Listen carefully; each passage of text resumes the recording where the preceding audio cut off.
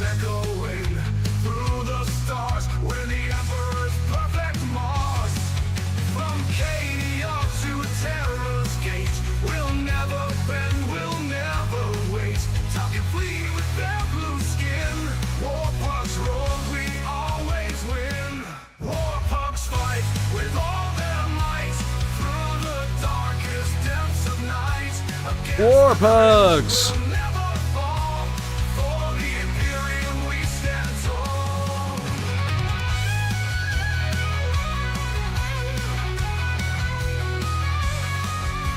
It's BattleTech Tuesday. Warpugs fight with all their might through the darkest depths of night. Against the cringe we'll never fall. For the Imperium we stand tall. Excellent chat if you're ready to have a little bit of fun. We stand tall.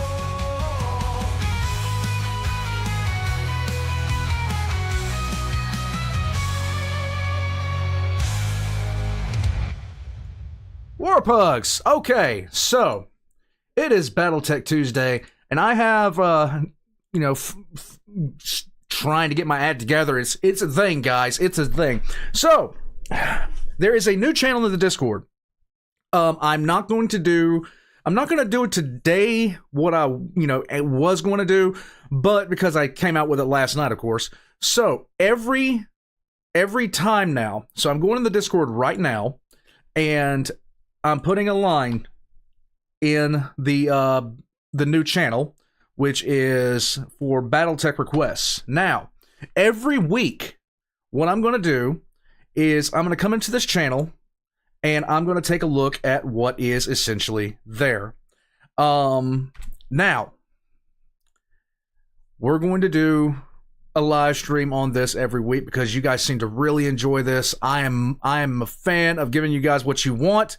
And every week, I'm going to clear out the BattleTech request channel. Like every week, I'm going to delete everything in it. We're going to pick some things on that to actually check out. Now, some of the videos that you guys have asked for so far, been like shorter side, stuff like that. We're going to get to those throughout the week. I thought since I am really just digging this, we're going to jump into this. Also, I have MechWarrior 5. I'm planning on playing it at some point. But, yeah, it is a whole thing. It is a whole list of things. Guys, the Warhammer. How did I get this far without doing this? I don't know, considering, how I was, essentially introduced to everything. BattleTech, it's one of those, it's so weird and ridiculous. I am enjoying it so much. This one has credits that are extra special. Gotcha. Chronological order, boss man, I can't read, Andrew. You're giving me way too much credit. At the same time, like I said, I wanted to do more live streams. I like doing live streams. And there is a new Mike Burnfire gun rant that has already been requested. I have been trying to figure out a time to do that. Maybe Thursday? I don't know quite yet. We will find out. At the same time, all that's going on. A lot of stuff. This might be your favorite Black Panther Legion video, Captain. I'm telling you what, guys. This is another one of those things that I got introduced to. I got introduced to this a while back, and for some reason it just started clicking. Maybe it was the time I spent, as a kid playing these games on my first computer. Back in the day, I bought my first computer by delivering flyers for a computer store. That's how I did it. I got 5 cents a flyer, and I delivered flyers all summer at the age of 14. And I bought my first computer, and I bought 2 games. I bought Mech Commander, and I bought Birth of the Federation, a Star Trek game. I'm a Navy man. I will like the prelude to the Mech Talks. So... God, I just remember playing this game. I remember playing MechWarrior Online when it first came out. Oh my God, Warbugs. This is a trip down memory lane and it's great nostalgia bait, and I'm here for it. Not to mention, it's 80s infused ridiculousness. Guys, if you're ready to go, X in the chat. We're going to have a little bit of fun tonight. This is a little bit of a longer one. It's over 2 hours. We're going to get some lore. We're going to learn some stuff. We're ready for it. Also, Trench Crusade. Oh, man. Okay, I'm going to shut up. We're going to jump in. Let's go. Tex Talks BattleTech, the Warhammer. Oh my God. If you have questions about chat lore, oh God. Chat lore is a nightmare. That is something that was dwelling in the recesses of the Discord that I didn't understand. For Space King, let's go. If I'm considered wet mech warrior, if I don't treat the Warhammer like an all-arounder, despite what Tech says is more of a direct fire support. Also, remove the machine guns and ammo. Yeah, Mech Commander was a great game. Let's go. Handshake protocol success. Comstar communications.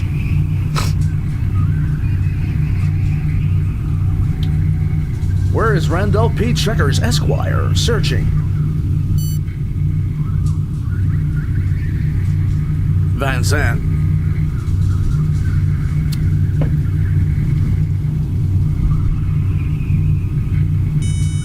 Fiesta Pale incident.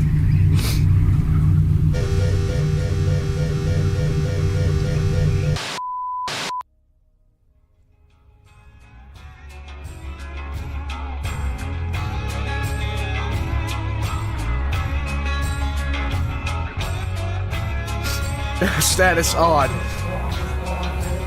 Oh, it's Japan. Okay.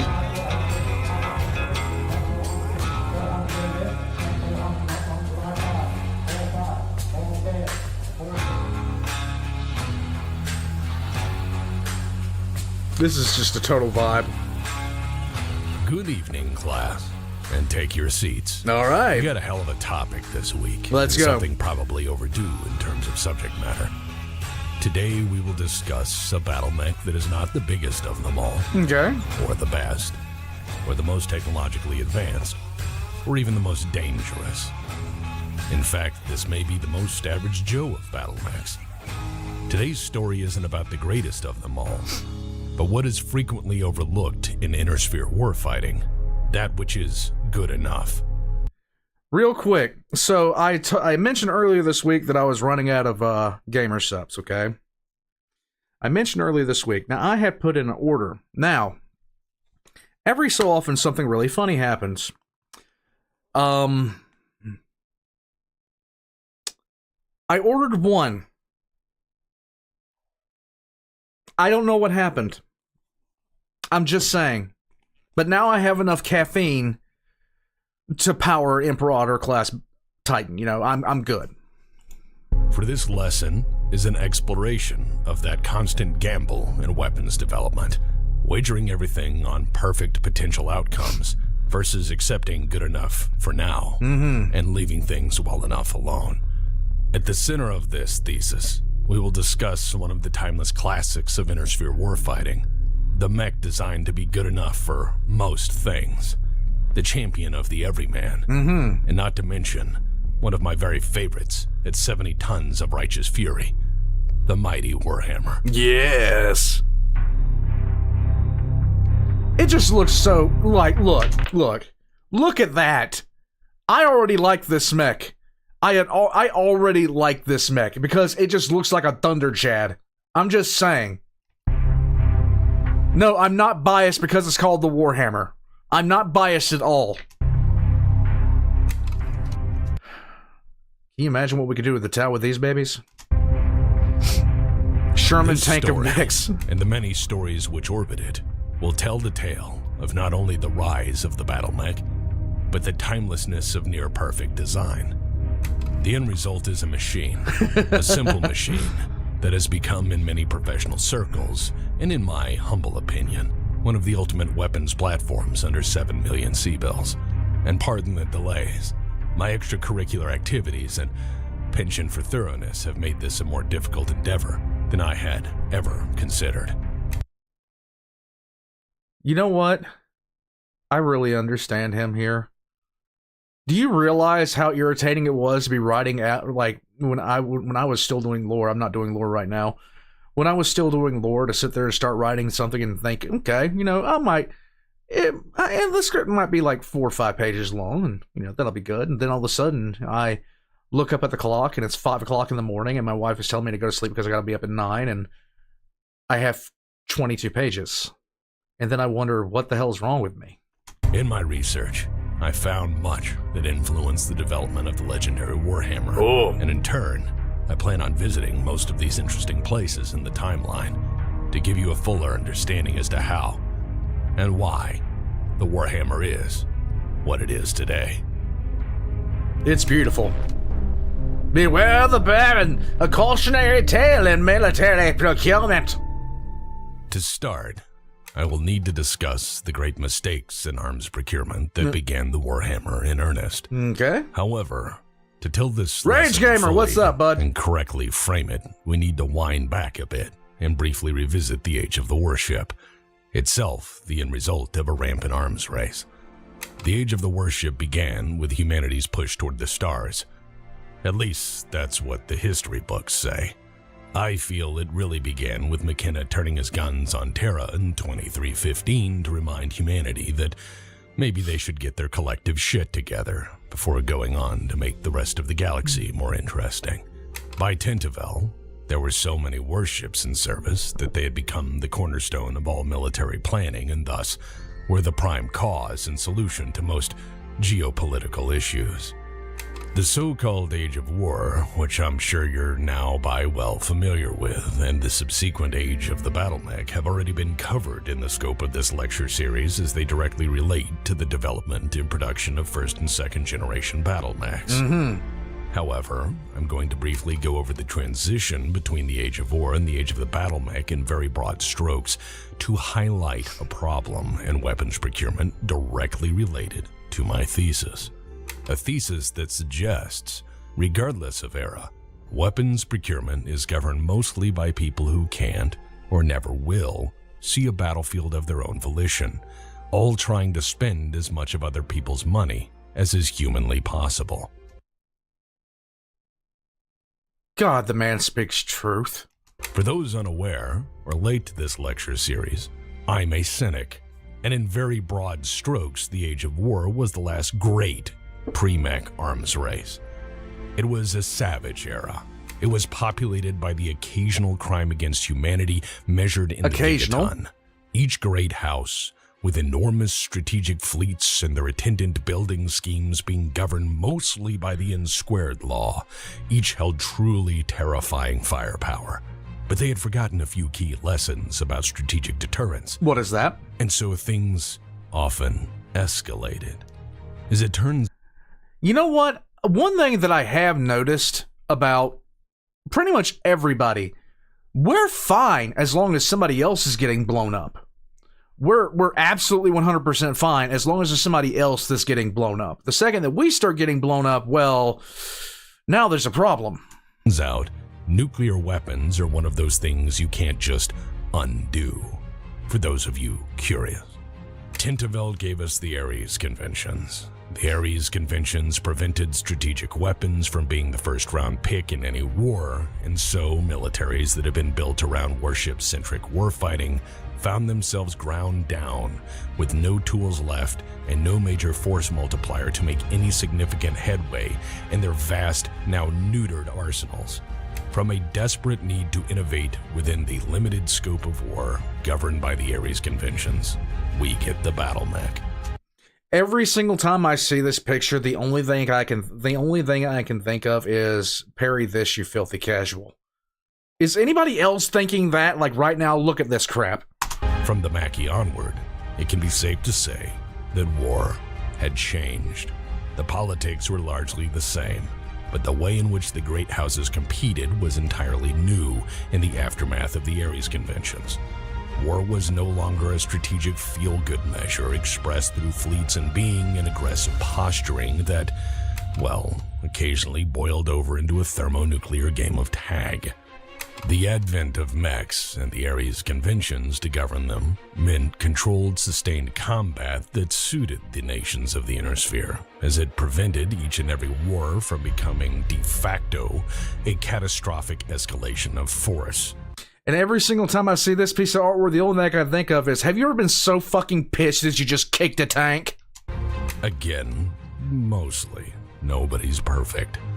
Both the great and soon-to-be great powers had embraced this new standard of conflict, a way of war governed by the limitations of the Ares conventions, and fought predominantly on terrestrial battlefields. Warships alone no longer governed conflict. They now mostly gave the armies a ride and afforded a strategic reserve in case things went off the deep end. The earliest mechs were at first a radical idea, made manifest by the vast military-industrial complexes born out of the Hegemony Research Alliance Department. Aggressive hegemony technology policies such as the Cameron Blacklist and Mother Doctrine further reinforced this notion of technological supremacy above all others, and force parity with any successor house despite the limitations of territorial holdings. To achieve this notion, the hegemony determined that they would pay any price to ensure absolute primacy of First Nation among nations.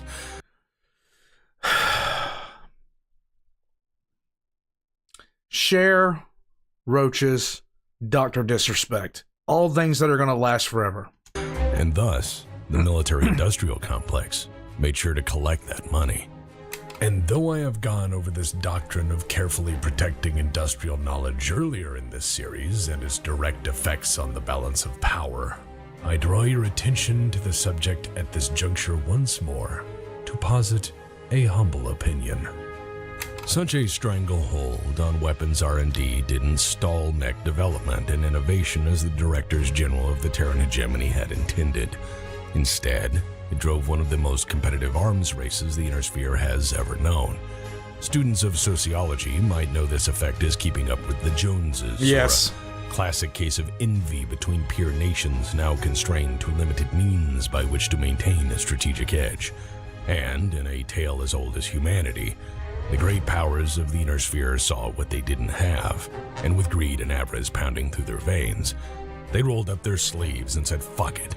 If they won't sell them to us, we'll make our own. Yay! Or in the case of Canopus, with blackjack and hookers.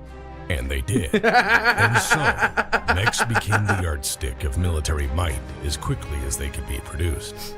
Having mechs was a must, and soon enough, having better ones, more specialized ones, was absolutely critical in the development of mech warfare doctrines. War planners wanted anti-aircraft platforms, fire support platforms, heavily modifiable frontline combat platforms, and of course all the joy and comfort that those production jobs bring to a constituency meant that it was an easy procurement program to justify for most military procurement authorities.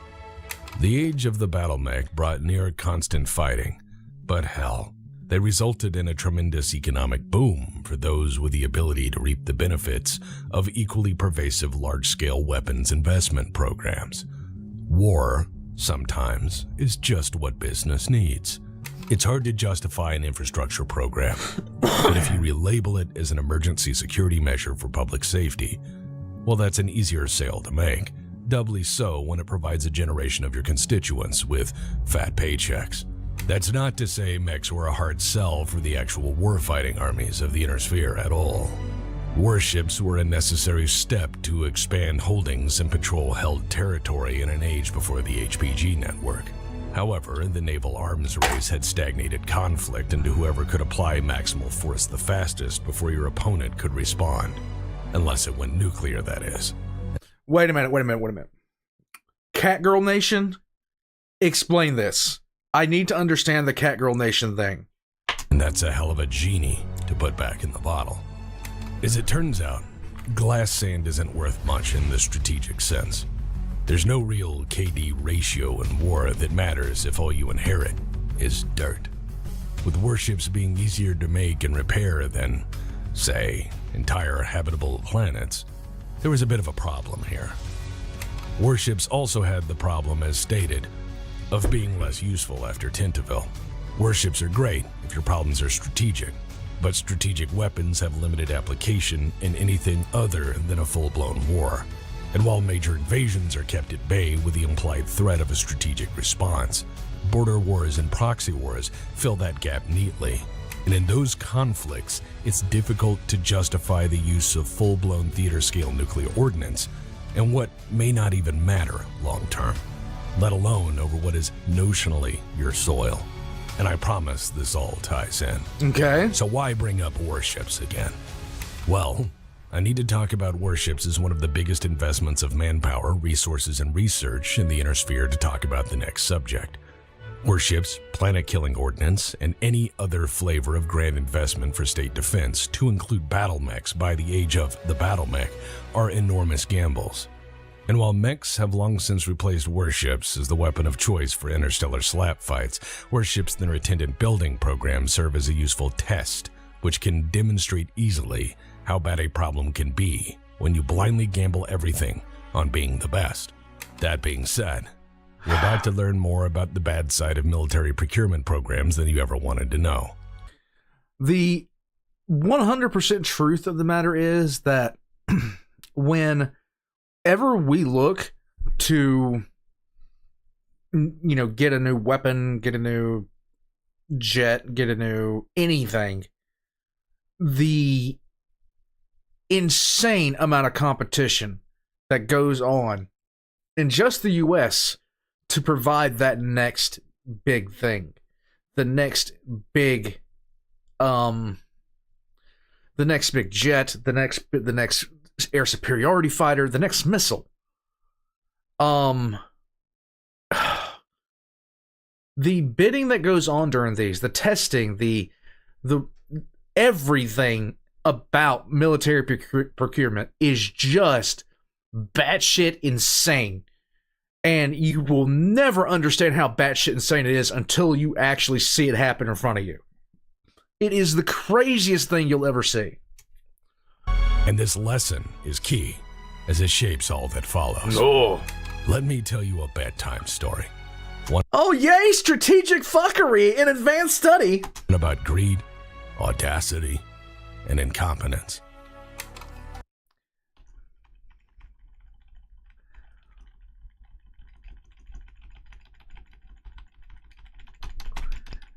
Don't mind me, guys. I'm just rewinding.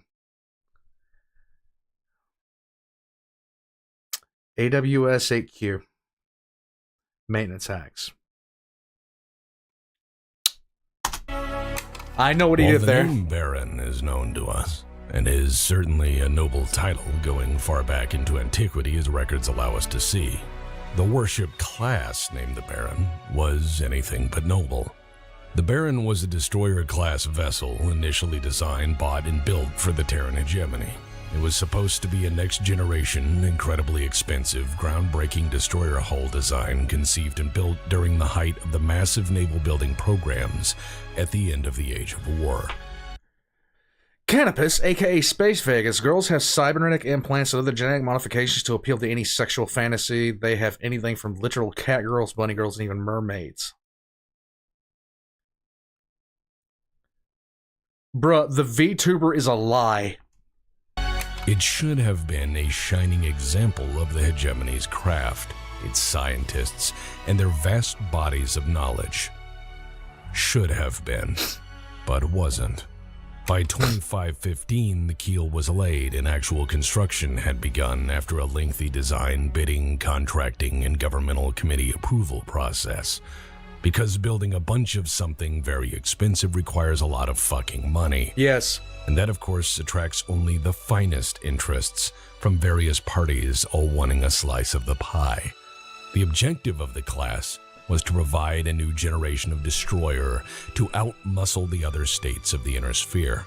This was an absolute requirement, as the hegemony was small, industrial at its limit, and had to build qualitatively better forces in order to have any chance to stand against the ever-increasing industrial bases of their peer states.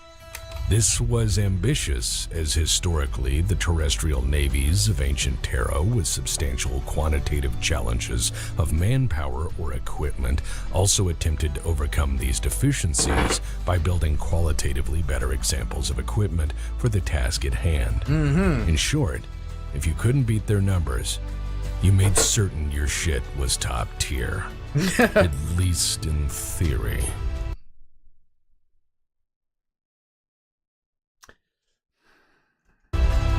But national defense isn't that sort of game. Most nations accept the idea that to have peace, they must prepare for war.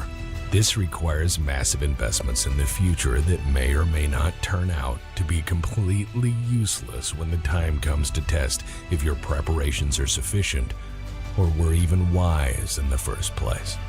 And so industrial nations must dance a line in military procurement.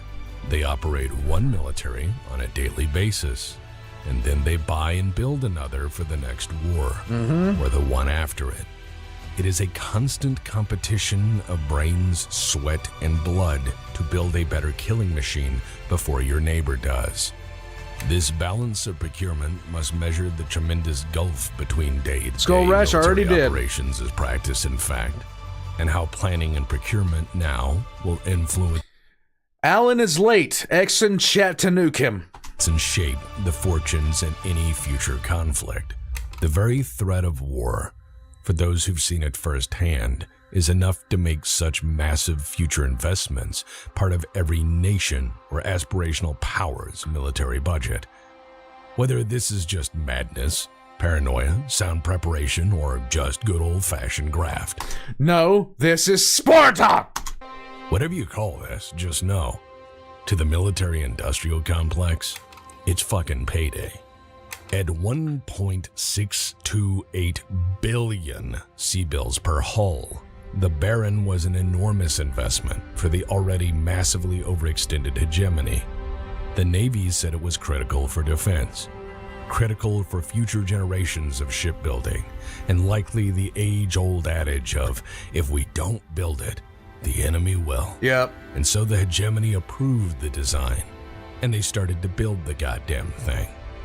I'm not talking build two and see how they work, and then operate them, and then with lessons learned, build the rest.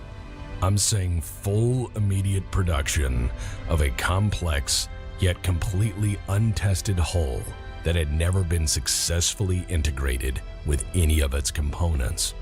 On paper, it was an innovative weapon system being built on faith without even a scale model prototype.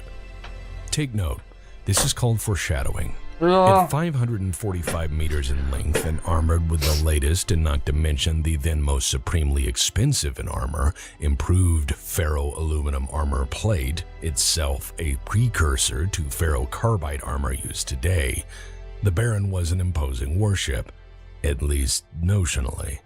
As designed, it had 29 naval-grade lasers, 8 naval autocannons, and a White Shark missile tube array capable of laying out reminders of great power theory in 50 kiloton doses. It had a KF drive. It had all the best technologies which we now consider largely standard in warship design for destroyer-class vessels. It was bold, fast, and innovative. It was a potential game changer. I will, Alan. It could and should have heralded in a new era, a new standard of ships, and the hegemony would have had all of them. But as great as it was on paper, reality is another fucking thing altogether. Yes. Equipped with the latest and greatest as dictated by the needs of the government, which the naval staff had demanded and ordered built as soon as possible, certain mistakes were overlooked. When I was in the military, they were just starting to talk a lot about the Zumwalt class destroyer. The Zumwalt class was supposed to be able to be... I mean, the way they were talking about the Zumwalt, when that thing hit the water, it was going to be able to do shit that would make your standard Arleigh Burke class destroyer look like it was from the age of sail. And the more they talked about it, the more we got updates about, it's going to be able to do this, going to be able to do this. Some of us were like, oh, wow, that's going to be great. And then other people like, I don't know, me, were sitting there like, there is no way, there is not a damn way in hell it's going to be able to do 10% of the bullshit that they're saying it's going to be able to do. And big fucking surprise. Or chalked up to the favorite phrase in the military affairs world when shit doesn't work right because nobody actually tested it in an operational environment because they were too busy buying shares and doing cocaine about it. There you the go. The phrase is teething troubles. And friends, let me tell you, if a weapon can be said to have teething troubles, the Baron was missing half a set and ordering corn on the cob for dinner. Lovely. Soon after the keel was laid, workers at the yard found virtually nothing to be as it should. With master shipbuilding plans in hand, naval architects found that, with systems either poorly conceived, designed, or produced and then shipped to the yard for assembly without second thought, the lack of any significant component. Yes! It was supposed to have a fucking railgun! Sorry for my outburst. Sorry about that. But sitting there, listening to some asshole tell me, the Zumwalt's gonna have a railgun in the front. No, it's not! No, it's not! They have to hook a nuclear reactor to that thing to fucking fire it. We don't have the capacity to do this shit. Like, we just don't. We just fucking don't. You know what they were saying? They were going to be able to ship full-on weapons packages, and the thing was going to be modular that could get, the fucking whole weapon system was going to be a modular weapon system so we could adapt and all this other kind of shit. And I was just sitting there like, you cannot be fucking serious. Like, has any of these sons of bitches ever done an ammo onload? Have they ever done an ammo onload? Because not a fucking thing goes right. There is not such a damn thing. And they're, it's going to have railguns. No, it's not. It's not. It's not going to have a fucking railgun. It's going to have look, it shows it in the picture on the science. It's fucking bullshit. I'm sorry. That was 3 years of irritation and rage. I'm sorry. Disintegration It's gonna have a railgun! Fuck. Testing resulted in a cursed project from the get-go. Don't promise me a boom laser if you're not gonna deliver, okay? At first, most of the issues surrounded the then revolutionary engines and its attached power plant. Never, Clanker. In a warship whose whole point of existence is rapid power projection, having a shitty power plant is kind of a big deal.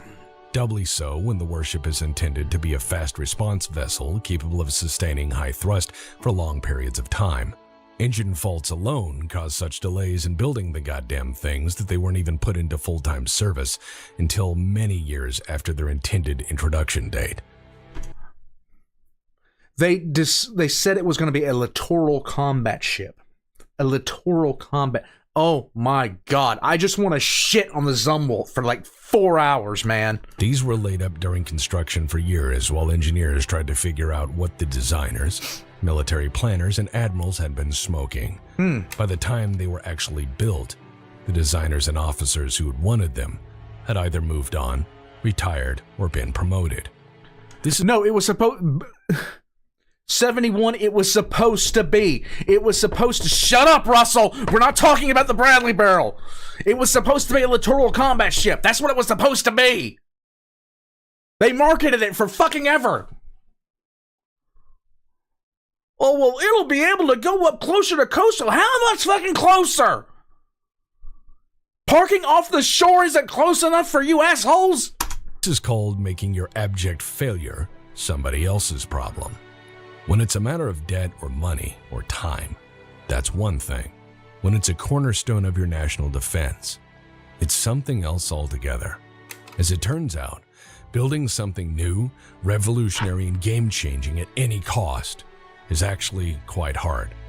It's harder still to try to build, prototype, improve, and modify the design for mass construction while simultaneously manufacturing the damn thing.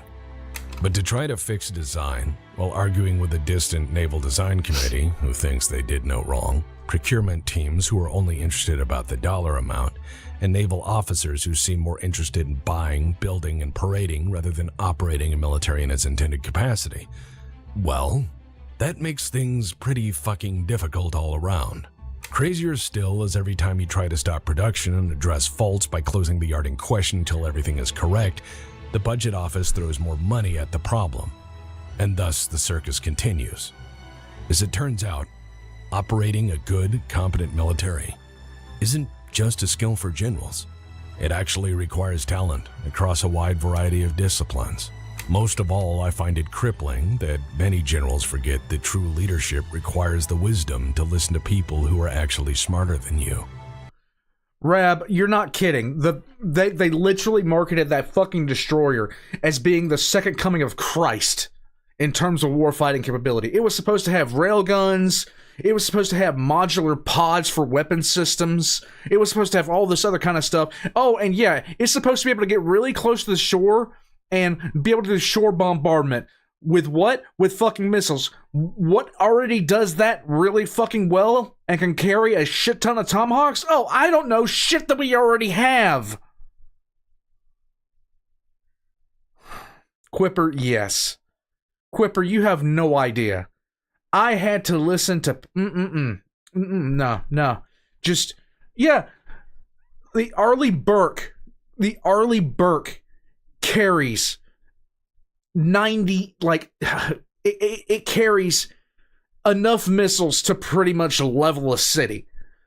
The Ticonderoga carries enough to level the city and the fucking suburbs. It's so annoying. I need a second. I'm taking off my headset and I'm going to breathe because this one pissed me off because I had to deal with this crap so much. Cry! Then Russell has to bring up the fucking Bradley barrel. All right.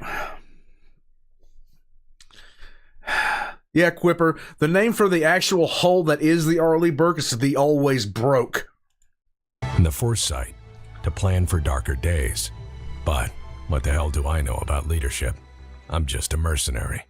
Excellent chat to Nick Russell. It's not exactly the sort of thing anyone should endeavor to do when trying to build a national defense program. That is to say, dream up an impossible product and then build it without even seeing if you can actually make the damn thing, all the while hoping you fix the problem before anyone notices. Then again, the military affairs crowd typically making decisions in these cases have struggles with concepts like object permanence, let alone the difficult considerations of strategic warfighting outside of a classroom. Weapons procurement is a gamble, and sometimes you lose your fucking shoes. Or in this case, you end up with the Baron. But its story is not done yet. I've only talked about how badly it was built. So, some years later, the now quasi-operational Baron class was brought into the Star League Defense Forces with now corrected engines that vastly diminished its ability to maneuver, accelerate, and hold combat speed. I need you to understand why that is a problem.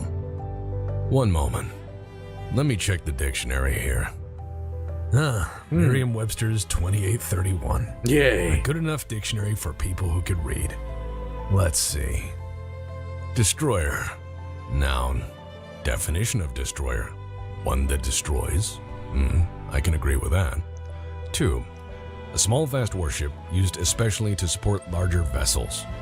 Okay, so the SLDF had a warship, a destroyer, which by definition was a small fast warship used especially to support larger vessels. A destroyer that was big, slow, and couldn't keep pace with friendly fleets or chase anything it was supposed to. Oh, really? As a destroyer, at 1.6 billion C-bills per unit. And that Clanker, there's a reason behind that. Whoever puts a railgun on their vessel first, whichever country puts a railgun into service first, immediately has a force multiplier Like, you could replace half the Atlantic Fleet with 2 boats with 1 railgun. You could do that. The thing has, a viable railgun. You could quite, like, the power of a railgun is going to, it will change the face of war like ironclads did. That's before re-engineering the damn things to actually work, and not even work as designed. And they made these. In fact, they mass-produced them. Yay. So, because of the cost or political sensitivities, rather than admit they were useless and use the sad state of the destroyer fleet Wouldn't as work, a basis Jesse. for building something better with coalition support, the brand new SLDF instead smiled, nodded, and said thank you, before immediately parceling them out to the successor states as a goodwill measure. Oh sure, they kept some in the hegemony to remind people that yes, ships exist, your government is keeping you safe, but the bulk of them went to the successor states who wanted some freebies for joining up. Yay. Yes, I know they're not called successor states yet, but that's what we call them today, and I'd rather not get into that just yet. Which I'm very sure the successor states were happy to get. Hand-me-downs from the hegemony were prized assets, at least until that point. It is my opinion that yes, a warship can be so bad when it's free that it permanently sours relationships and makes client states wonder why they ever bought into a Star League in the first place. Whether or not this is a pre-Ameris domino or cause for the Star League to be undermined from the very beginning by bad faith actions under the guise of charitable donations to client states is perhaps a fuller discussion for another time, but I will say this. If they were that embarrassingly bad and effectively obsolete by production that they were shuffled off as door prizes and political favors, were they really all that terrible in the grand scheme of things? I mean, after all, how bad could it be? Well, as it turns out, the answer to that is pretty fucking bad, and this next part of the story is pretty fucking great. So, a weapon that cost 1.6 billion C-bills ran blindly into services because someone a generation ago thought it was a good enough idea to go all in. A Navy who was adamant they would make do with what they had. Surely, this would not be a disaster, right? It Considering the universe we currently live in, I think you know the answer. Now, as this is academics, I must prove my points and begin to tie all this together into why we don't, or more accurately, shouldn't do these things. And for this example, I'm going to talk about one of my favorite underdogs who, time and again, typically reminds nations in short order that just because you have an army doesn't mean you should use it. Just because you have an army doesn't mean you can't lose it. Nation that measures go away by the megaton.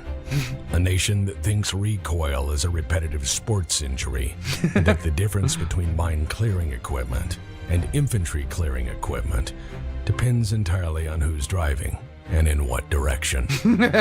Yeah, this is a story about the Taurian Concordat. By the late 2570s, the barons were still in service. They were on frontline duty with generation after generation of expensive upgrades, fixes, and standard operating procedures created and made to correct as many of its defects as possible. And this isn't unreasonable, for these things had cost a lot of goddamn money, and they had to be paid off. And as governments will run any acquired asset until it's no longer serviceable, this is not at all an unexpected outcome. Unfortunately for the Baron, its supporters past and present were going to have their moment in the sun. Or, at least, a federated one. The 2570s are interesting to note as the relatively new Star League was trying to bully the periphery into joining up, coercing them into becoming Star League territories. Politically, that meant the periphery states could look forward to new and exciting forms of unwarranted solicitation, taxation without any sort of meaningful representation, and repression from a distant and uncaring government. Yay. It also meant the wonderful opportunity of joining teams with a government they fundamentally didn't understand, care for, or even notionally support. Understandably, most periphery nations said no thank you. Or in in the case of Van Zandt, what in the cinnamon toast fuck is a Star League?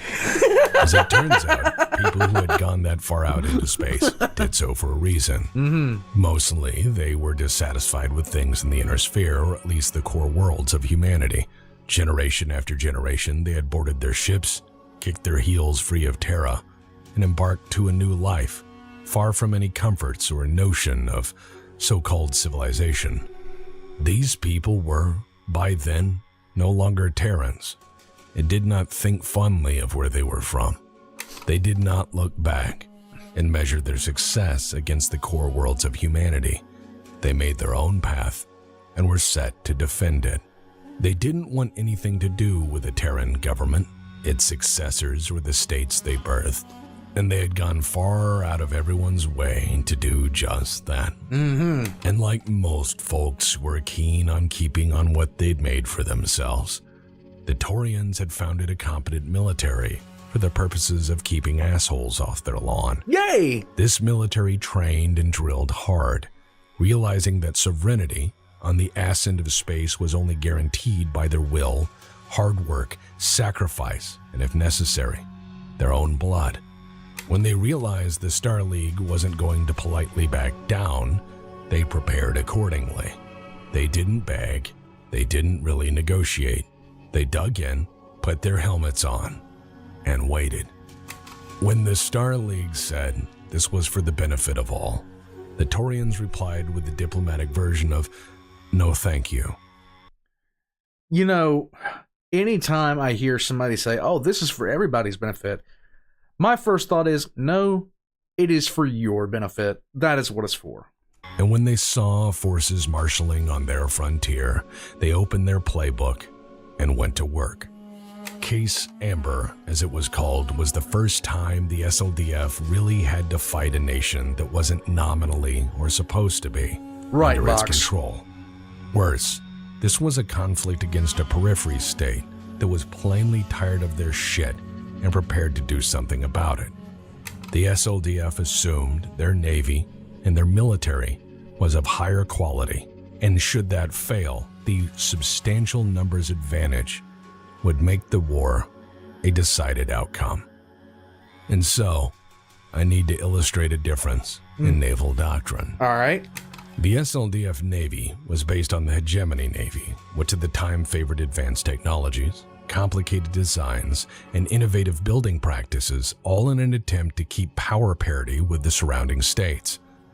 Those states had since become allies, if at least notionally, and as such, the SLDF Navy inheriting these vessels found themselves with a navy that was fantastic on paper, and yet completely untested in the only way these things ever fucking matter. Right. Actual war.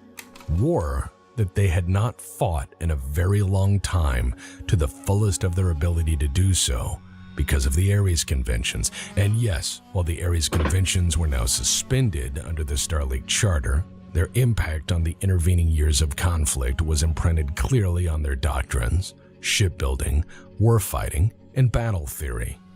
Which, I should point out, these were conventions that the Taurians had never signed. These were conventions the Taurians had never observed and didn't trust, mainly because shortly after the Capellans signed the treaty, they gassed the Taurians. And as it turns out, most people tend not to forget shit like that. And the Taurians, well, this is their symbol. And such is their symbol, because we have trained since our founding day to stack bodies like fucking cordwood, so if you insist in fucking around, you will most certainly find out. Doesn't fit on the money, and probably sends the wrong message to international investors. True. The Taurian Navy was designed by people who were making do with less, hell-bent on keeping scary strangers out of their backyard. It was a frigate navy mostly, favoring speed and firepower to get the job done, or run and alert everyone else if it couldn't. See, this is why I was actually glad that they listened to people when it came to the redesign of Navy working uniforms, because they brought in a working group that comprised of lower enlisted, in addition to, officers and, admiralty, things like that. They also had a large contingent of lower enlisted there to basically talk to them, because working Navy uniforms in the early 2000s were absolute dog water. It was the dungarees we wore sucked. The overalls were like auto mechanic overalls. And they wanted to do this whole different new design for some reason. There was camo designs and all this other kind of crap. But they actually brought in enlisted, and they actually fucking listened to them sometimes. If you ever want to know how to get some shit done, ask somebody who has had to do that shit with practically nothing. And then, if you just listen to that person and shut up and take your pride out of the situation, you might get a better overall tool than you would if you listen to somebody that was trying to sell you something. I'm just saying. The SLDF Navy at that time was the Grand Fleet designed to look good and provide a strategic feel-good measure to theater-scale conflict. It was built on the principle that it would never be needed, and therefore only needed to match the latest idealized version of what a fleet was, with every new generation of leadership and appropriations. Take a look at the new Navy, the Navy uniforms that have come out since about 2009. They, like some digital print camo. I sit there and looked at them, and I was like, I looked at the first drafts. I looked at the first draft that they were sending us, and I was like, I do not feel like spending $80 every single time I do any kind of work in the lower decks and I get grease on this damn thing. The Taurian Navy was no such thing. It didn't live in military academies or in advertisements about next-gen anything. It had one objective: to defend the Taurian nation, and was principally designed to fight the SLDF and anyone else who got ideas on free real estate. To illustrate this, let's look at how the Taurians built their standard warship of the conflict. This is the Concordat. It's a big frigate. It can sustain twice the acceleration of the Baron. It carries 500 tons of armor that is not fancy and simply very hard. It is designed for easy damage control, easy field refits even in lower technology-based facilities, and can operate independently of other vessels for extended periods of time. It boasts overlapping fields of fire, ranging from mech-scale lasers and LRMs to a full complement of naval-scale lasers and autocannons. Nice. In many ways, it actually outguns the Baron.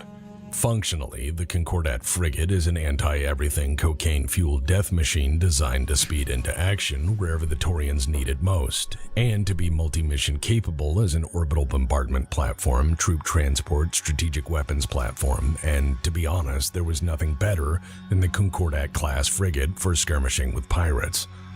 And in this sad case, these pirates looked an awful lot like the SLDF and their new friends.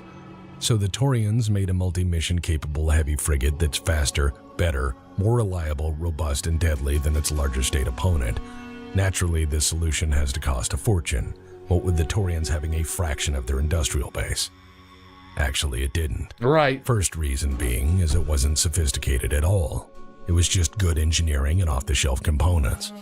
That, and I heavily suspect the Taurians punish incompetent people making decisions at a strategic procurement level with actual prison sentences instead of allowing them to meddle in affairs. And so, by building what they needed instead of what they desired, by listening to people who fight actual fucking wars instead of listening to self-actualization concepts floated by war planners who don't fight and never will, we're gonna manifest a perfect warship, guys! By correctly identifying what they required to defend the realm instead of opting for the biggest, the best, and the most expensive solution, the Taurian Navy beat the SLDF to deployment of its peer vessel by 2 decades. 2 full decades of use, training, education, tactic development, and establishing an actual operational readiness rate before the Baron left the slip yard. Also, the Concordat's engines worked the first time they did a shakedown cruise, because instead of trying to rewrite the book, they took what worked and accepted it as good enough. There you go. Amazing concept, right? Yes. Taurian naval doctrine centered around these now very proven ships. They weren't just another line item in the budget. The Taurian Navy made a recommendation for shipbuilding. The shipbuilders built it, and then they used them. It was a ship designed for a purpose, and put into that purpose as reasonably as any periphery nation could. And so the tiny Taurian Navy stood off against the fleets of the SLDF and House Davion allies in what would be one of the greatest defense-in-depth campaigns in history. The small Taurian Navy managed to lure the SLDF and the Davions into an absolute shooting gallery. At Tintavia, the Taurian Navy destroyed 12 warships, including 5 Barons, which were too slow to run, too sluggish to close, and too weak to fight back against the heavy frigates of the Taurian Navy. This tiny navy kept the Davions and the SLDF on the back foot through 10 waves of invasion. Not 10 battles, 10 waves. That is to say, landing troops and then getting stalled and then sending for help and hoping the Taurians don't show up to murder them as well, even as the ground war slowly turned against them. Black Wolf, you have a wonderful night, and give that munchkin a kiss on the head for me. The Taurian military time and again kept the bulk of the SLDF, its self-drawing reinforcements, to barely hold onto their conquests, and it kept them on shaky footing for the duration of the entire war. The Taurian Navy made things dicey through asymmetrical warfare, hit-and-run naval raids, and clandestine resupply of blockaded worlds through an excellent fleet and good naval warfare doctrine. This allowed the state to fight the Star League for so long it became an embarrassment. Lorgar, why did you spend $300 on shoes, shirt, and a D&D? What did you buy? Potentially another crisis of government. Conquering the Taurian Concordat took the SLDF from 2576 to 2596. 20 years. 20 fucking years of fighting the Taurians on both land and sea. Have fun with across that. the vast Gulf of Stars. 20 years because they had to chase a navy around with absolutely inferior ships they had no choice to use because they were bought and paid for by war planners now likely dead, retired, or too busy counting oceans of money to fucking care. Right. 20 years with the fear that every time the SLDF moved an inch, the Taurian Navy would show up, drop off troops, and lay out another 1,000 megatons or so of go the fuck home. So why bring up the Baron, military affairs, military procurement, strategic planning, the reunification war, and the divide between an idealized military and the one you operate on a daily basis in a discussion on the Warhammer? Well, for one, I think this is clearly established by now. No, the customer GTA has no idea what the fuck they want, and the builder is fine with that, so long as the bills are paid on time. Right. Things like the mullet, jorts, shoulder-fired contact-fused nuclear weapons, tetraethyl lead, chlorine trifluoride, spray-on hair, Agent Orange DDT, and certain automotive products do not exist. That is the shittiest thing I've ever seen before in my life. When the PT Cruiser first came out, I took one look at it and like, who the hell is gonna buy this ugly ass car? Who is gonna buy this ugly ass thing right here? They made it based off they literally, oh god, it sucked. It looked like it sucked. It was just ugly. And then they just started showing up. It was kind of like those smart cars. The smart car was the dumbest damn thing I ever saw. It looked like a box with windows. And it was always driven by the same person. It was always driven by this person who looked entirely smug. Did anybody ever see the damn smart cars? You could pick the thing up and move it to a parking spot. It was ridiculous. By accident. People, meaning the customer, absolutely ask for these things. And typically, they know not what they ask for, nor care what happens afterward. And hey, Miss J, what's up? The customer is a government official, and a government procurement official at that, and the amount of money is essentially infinity, bad decisions and their impact can be measured in lives, borders, and flags. Yeah. Wrong choices in these cases can be the end of a nation, and quite messily so. So thanks to poor choices, you now have a $1.6 billion turd in something like the Baron, which again is $1.6 billion per hull at the point you lay the keel, and many times over again for fixes, upgrade, repair, modifications, and maintenance. By refusing to acknowledge poor choices over successive generations and careful modification of mission scope, you make a mistake like the Baron for future generations to curse, and then, sadly, Good God, Lorgar, to die for. The Baron and the Reunification War did more to close the chapter fully on the warship age than anything else in my own humble opinion. Bad weapons are doubly cursed when their chief design assumption is that there will never be an actual test of their intended purpose by a peer military power. The Baron stood as a reminder that if you bought something bad and continued to excuse how awful it was by pouring all the money in the world into it, you might just get embarrassed generations later by a non-peer military force that knows what they're doing. right? And that's why you have the age of the battle mech. Battle mechs are a far cheaper bet, requiring far fewer resources, and if, heaven forbid, you end up with a turd, you can quietly make it go away in years instead of decades upon decades of refit and refurbishment and replacement Right. required for most naval programs. To most, it was clear that warships had had their moment, and when needed, couldn't change the fact that war needs somebody to go down to the planet and beat people to death until the flags change. Right. And so mechs became very attractive as investments for future conflict. Additionally, all that cash that went into naval building programs were now starting to pour into anything other than ships you can't use, or, in the case of the Baron, fucking shouldn't. These virtually unlimited defense funds were scooped up by the brand new mech industry, which said, hey, we're cheap. The ultimate lesson in the Baron, naval procurement, and its impact on mech design is thus: you can put all the money in the world into something that is supposed to be innovative and world-changing, but it is sometimes far wiser to make something good enough and leave it well the fuck alone. Right.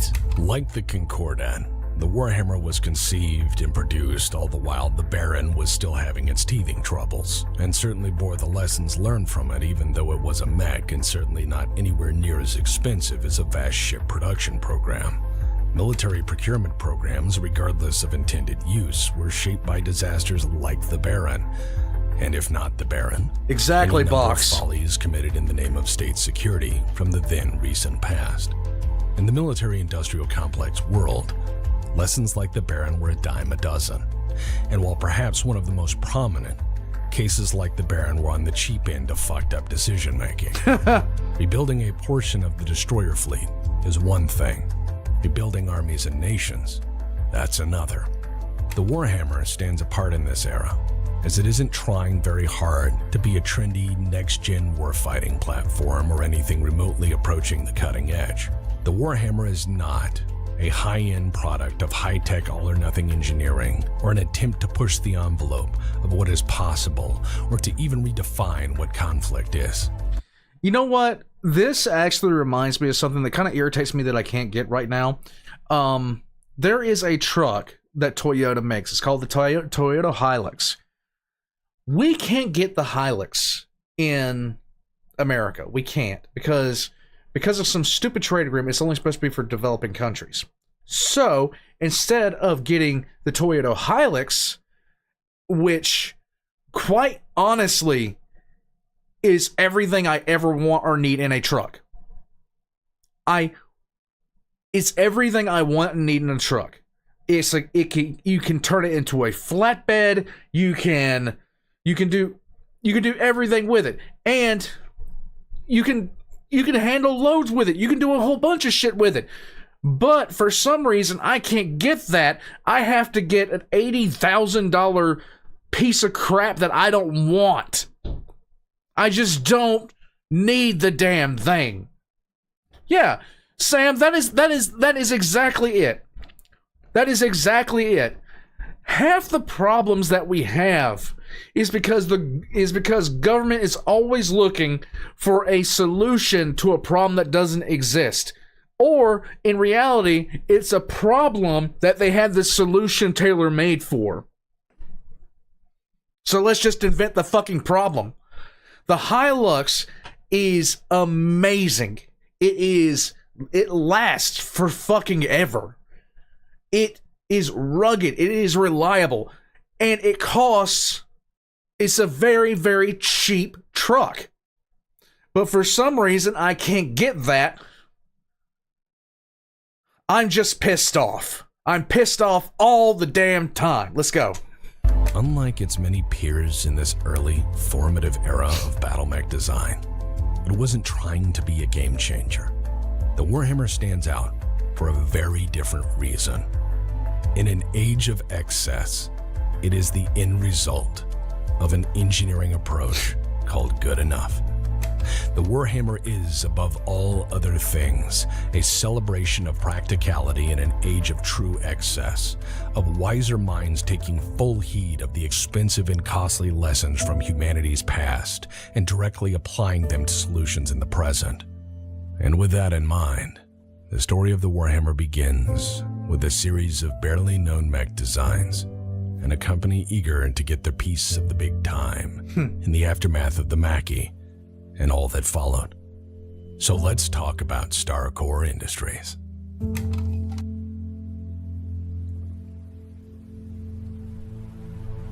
With lessons like the Baron playing out in then recent, or worse, then current memory, the military-industrial complex was split.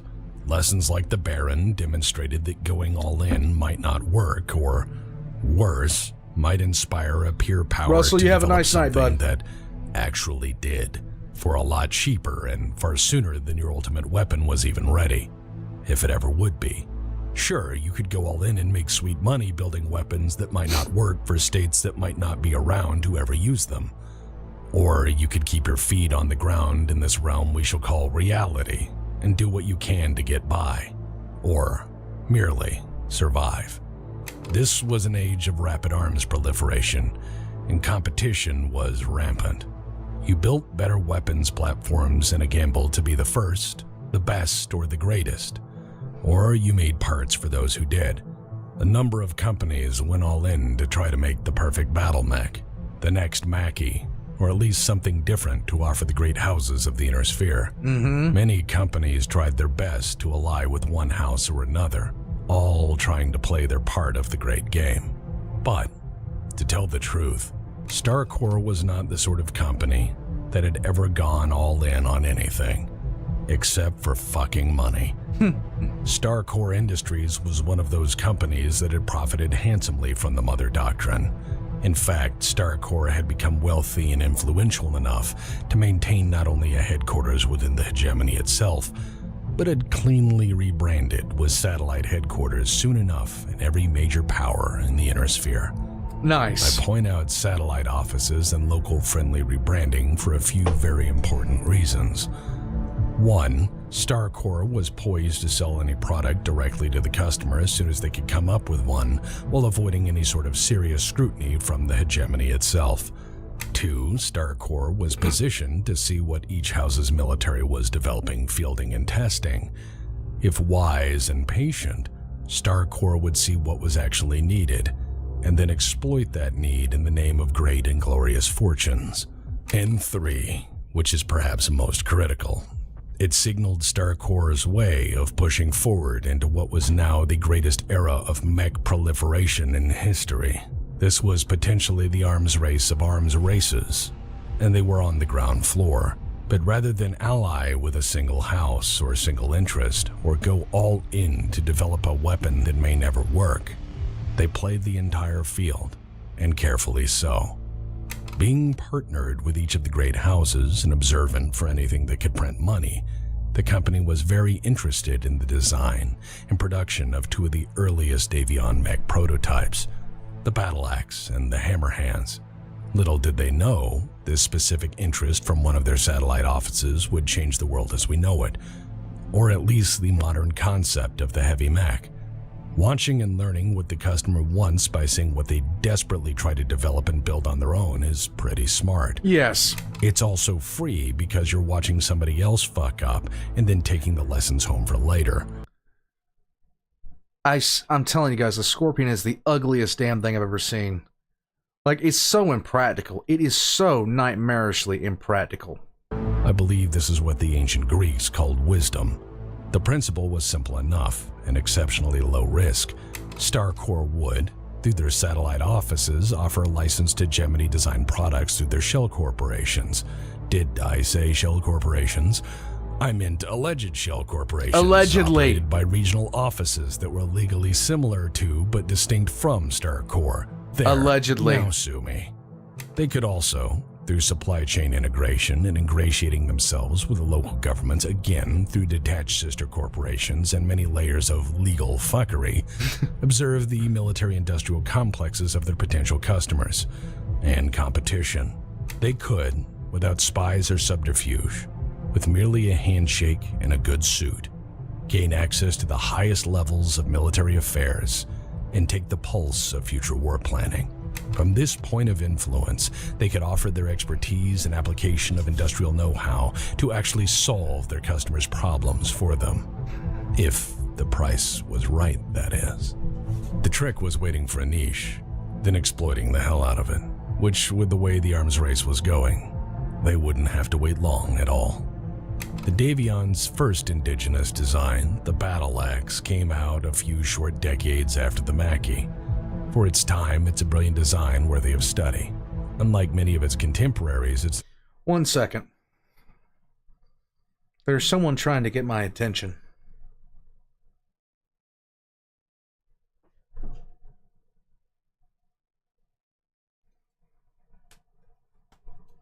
He is the one.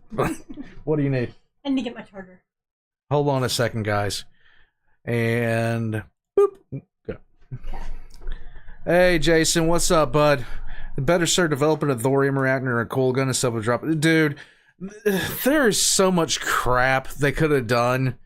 Like okay, so the Arleigh Burke destroyer.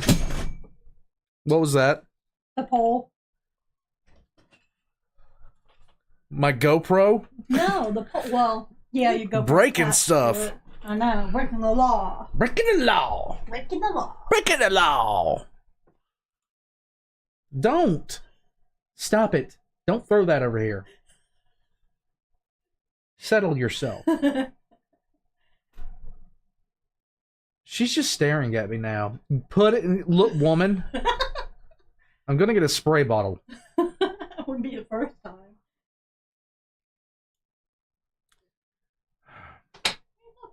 Cardinals. I know. Right. Do you need anything else? Nope, I'm heading back up. Guys, the hospitaler. Yep. Causing problems since forever. Stop it. Stop. Stop. Okay, she's waving. She's waving. I do not have a stripper pole, slacker. Yep, it's a stripper pole. Shut up and go away. He puts his GoPro on the top of it for the perfect angle. That's getting clipped. You understand that. Get out. Hey, do you need a drink or anything? Yeah, can you refill me up? Yeah. Getting some more water, guys. Anyone notice how we never see Old Man Reacts and Batman in the same place at the same time? Galen? Oh, God. Who else taking a shot and a few seconds later becomes straight? Oh, God. No.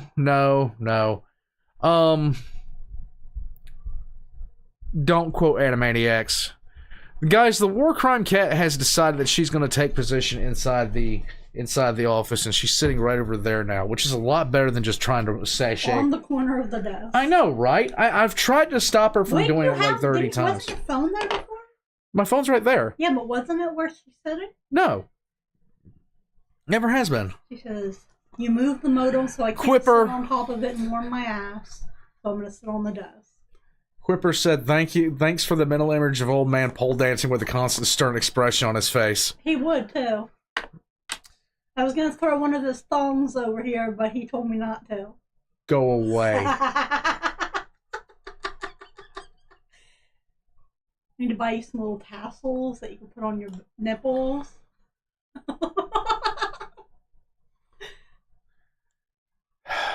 This is what I put up with on a day-to-day basis, Get guys. you to sing "Happy Birthday, Mr. President." Will you fucking go? Will you go somewhere? Black Lorgar, I will nuke you. What do you say? He plays Cisco's thong song. I know, Mad. I know. I did marry her. Never a dull moment. Alan says hey. Hey. Remember Alan? Yeah. From back? Yeah. Hi. I'm waiting for her to get done. That's what I'm waiting for. If you guys are wondering why we're not watching and enjoying this fine presentation of Black Pants Legion and Tech Talks, it's because of somebody. What's your stripper name? Black Pants.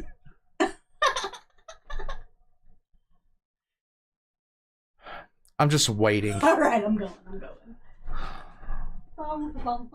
Get out!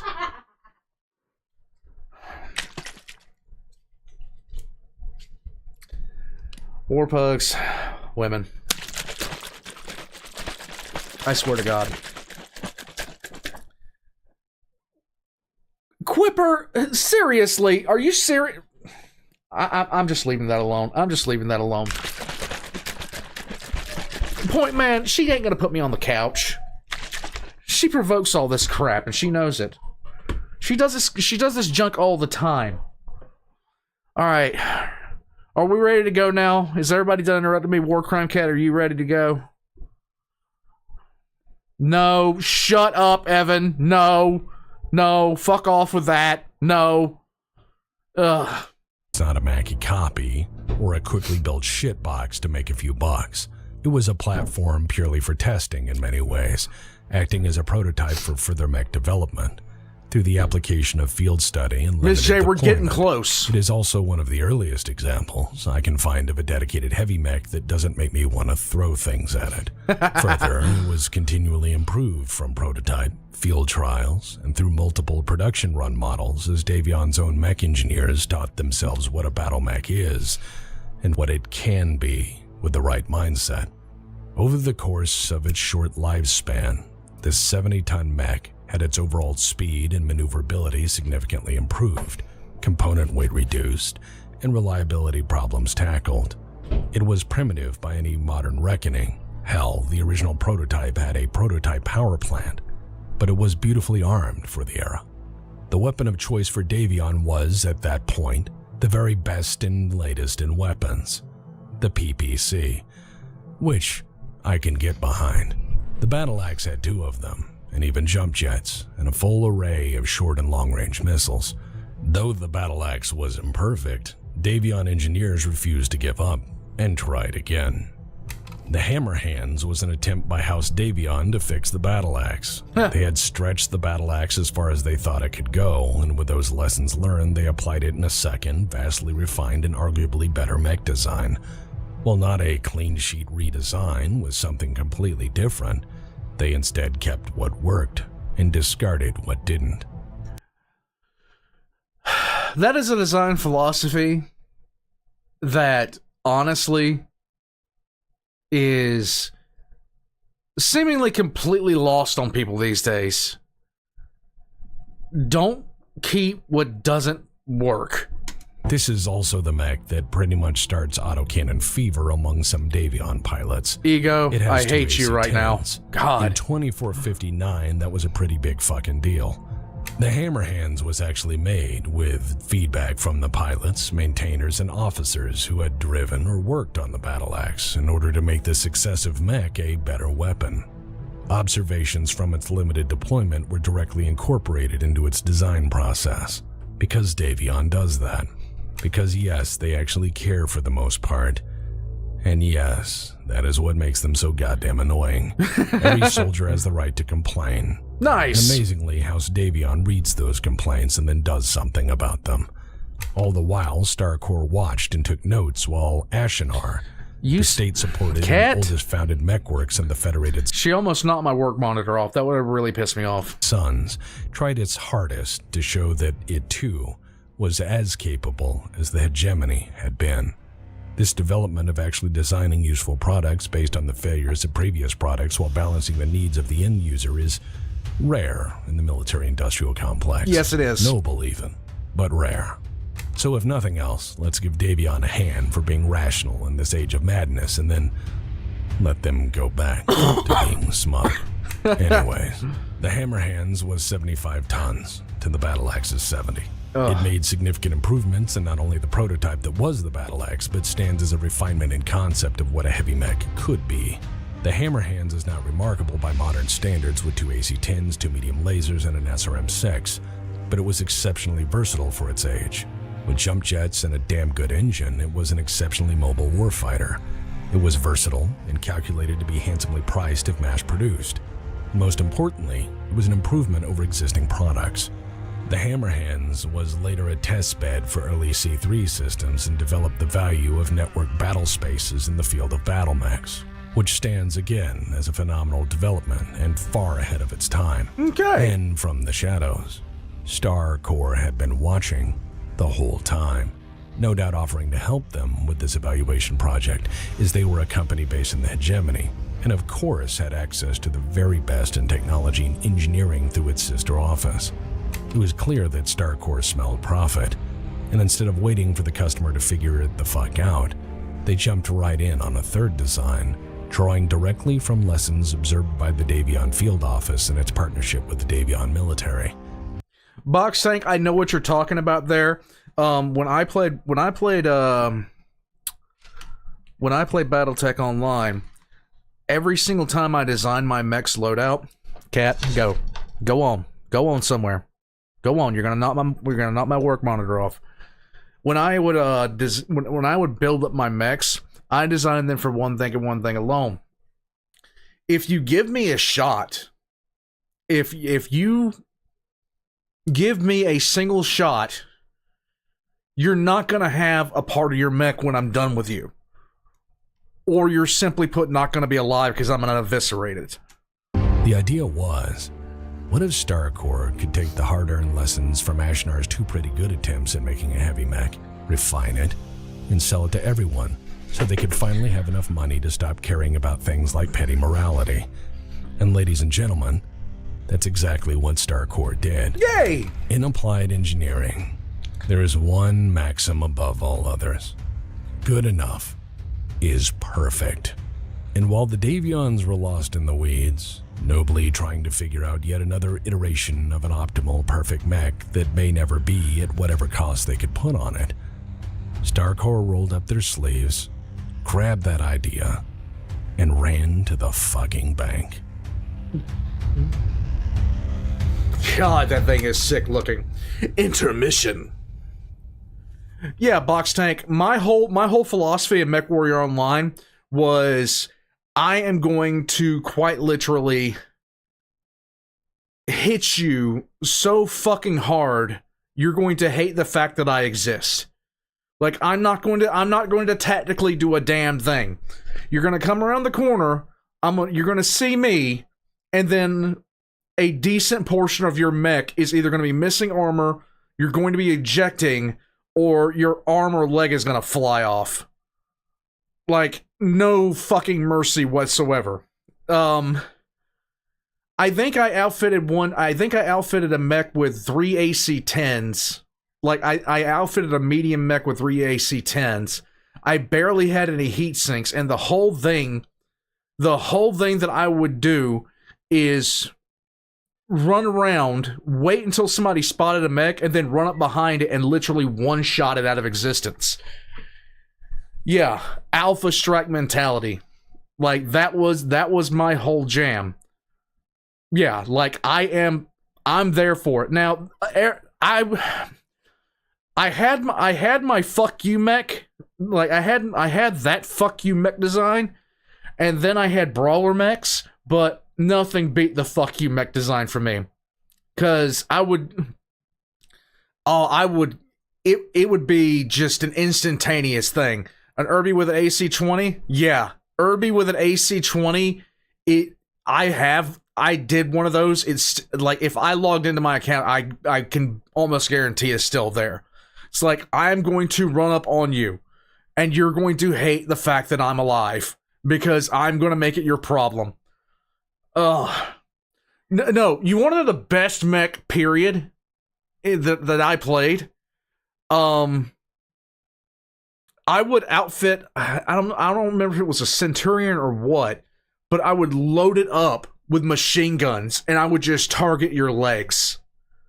I would just run up and target your legs and just machine guns. That's all it would be. Intermission. Factovision brought to you by our patrons who literally... Oh. No. Go to the bathroom or something.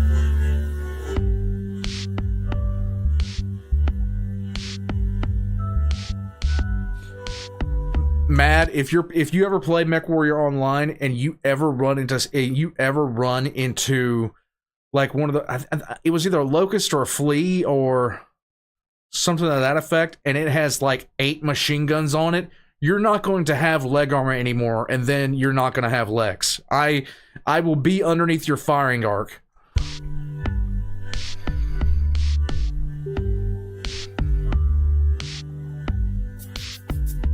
Oh.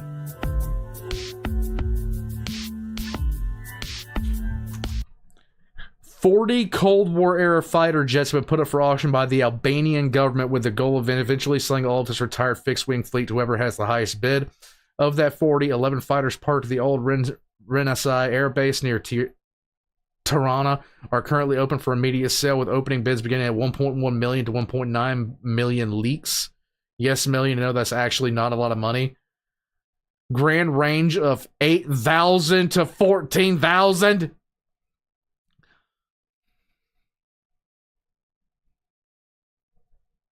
Just saying.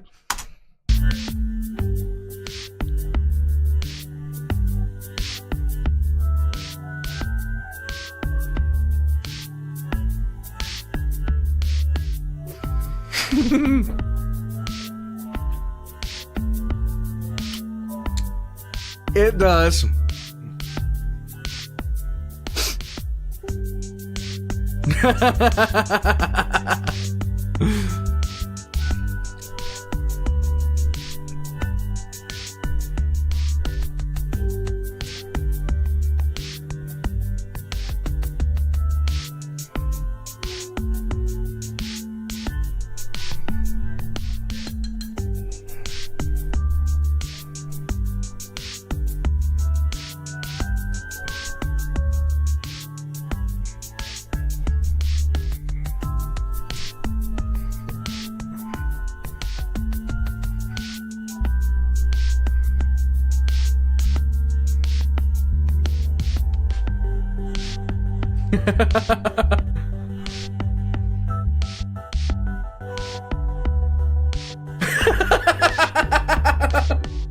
Mike, no. What do you mean, Mike? No, you mean Mike? Yeah. No.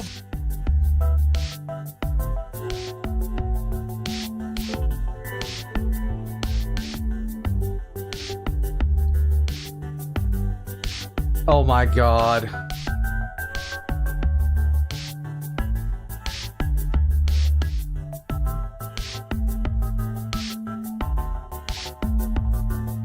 What? Okay. We don't do.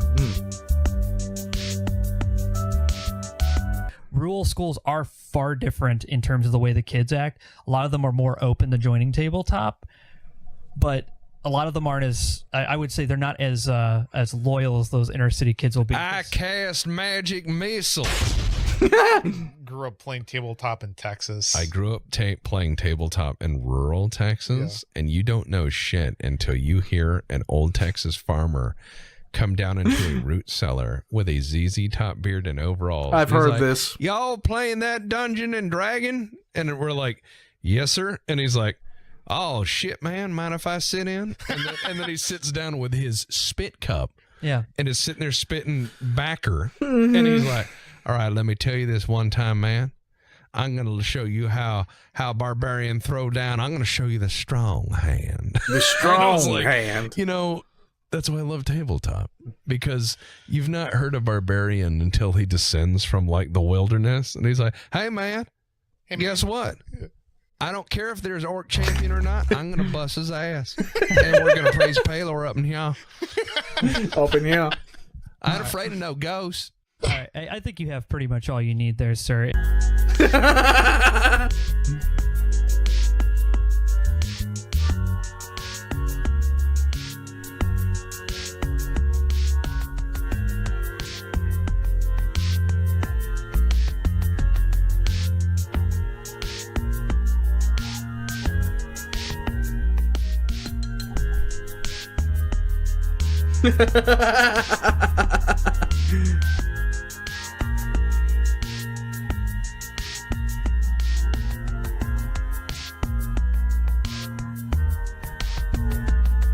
Nice.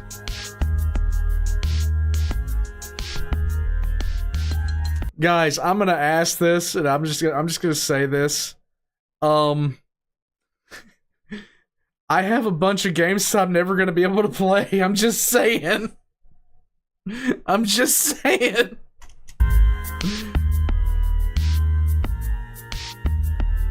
Epic.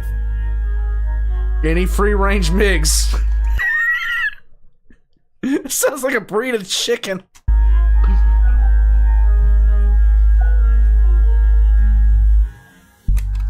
What makes a Warhammer?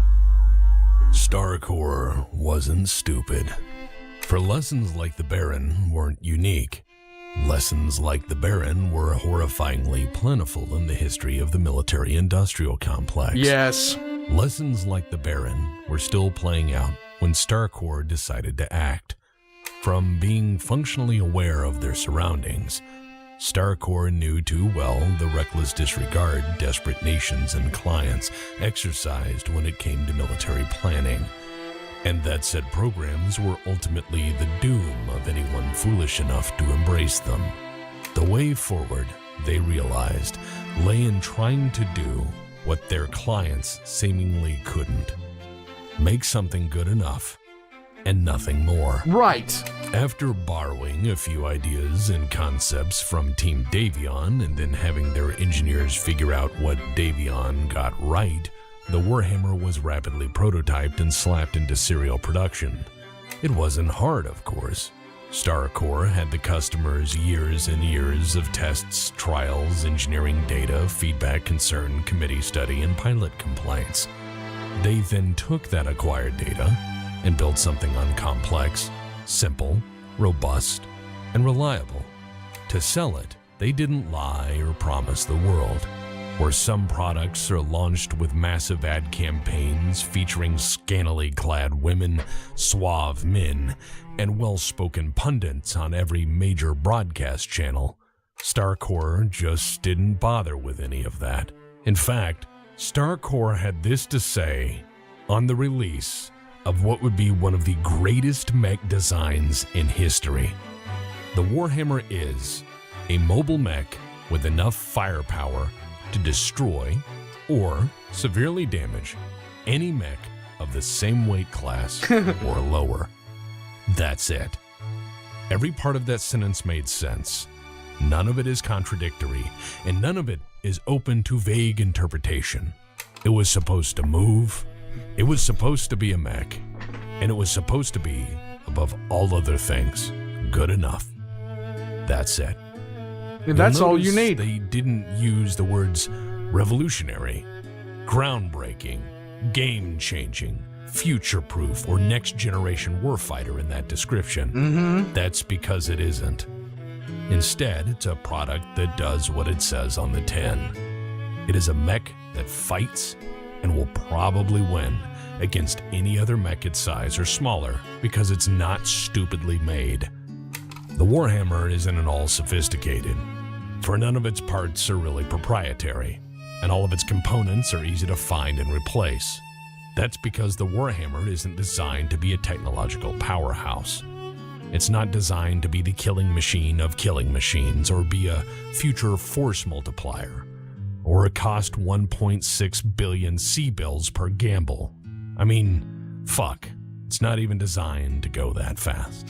But it is designed to be good enough. And friends, as it turns out, good enough in war is fucking perfect. Yes. The Warhammer as it rolled out in 2515 was more than adequate on all fronts, and certainly recognized immediately for being an unpretentious, uncomplex, reasonable weapon system that wasn't trying to redefine warfare as we saw it. Mind you, this is an era where mechs were new, and anything, no matter how stupid, was equally valid until proven otherwise. This was an era where warships were waning, and newer, vaster fortunes were pouring into mech design. Those who would go on to fail were pouring everything into the very best at any cost in order to buy an edge for the next fight regardless of the consequences. And in an age where everyone was trying to make the best, the finest, and the most at any cost, StarCorps made the Warhammer to be adequate. In fact, I believe StarCorps was just trying to make something good enough until the next thing came along to replace it. There you go. To StarCorps, this wasn't a flagship product. It was just another product, one of many. They had no idea how right they got it until many centuries later. At 70 tons, the WHM-6R is considered to be one of the best balanced weapon systems of its era, if not all time. It had 18 heat sinks. It could keep pace with what was the then standard maneuvering speed, and it was very heavily armed for that era. It had 2 PPCs, an SRM-6, 2 medium lasers, 2 small lasers, and because infantry needs to be reminded who's the stompiest, 2 machine guns. Because apparently they didn't hear you the first time. Oh my God, The Buck. Warhammer was one of the first mechs to be designed around this crazy Hey, Vale, idea what's up, of bud? driving forward and shooting at the same time, to take advantage of both mobility and firepower simultaneously. That sounds normal to us now. Then, well, it was somewhat new. That's not to say the Mackie didn't try to do this, but, well, it's historically rare for your first successful weapon system to last very long past its original intended application. Because war isn't a sport that rewards second place. No. War is the sort of thing where there are winners, and there are parking lots. Something to note here. The Warhammer could accurately fire while maneuvering, and had weapons that let it engage at nearly every range bracket with reasonable firepower instead of leaning on one primary weapons platform and hoping it worked in every instance. This was a bit bold in this era. It was something designed to do all the things a mech could do up to this point, but better, and in a wider variety of operational theaters, and arguably cheaper. They accomplished this by making it as simple as possible. There you go. And uncomplicated as possible, while sacrificing none of its ability to be modified, rebuilt, and remade for whatever the client had in mind. Naturally, a very versatile weapon system with a reasonable purchase point becomes attractive.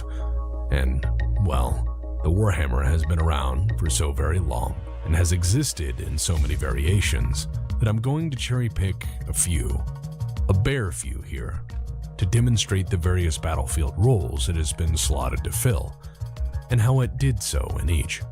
Keep in mind, this is a weapon system that has been in serial production since 2515. It is still relevant today.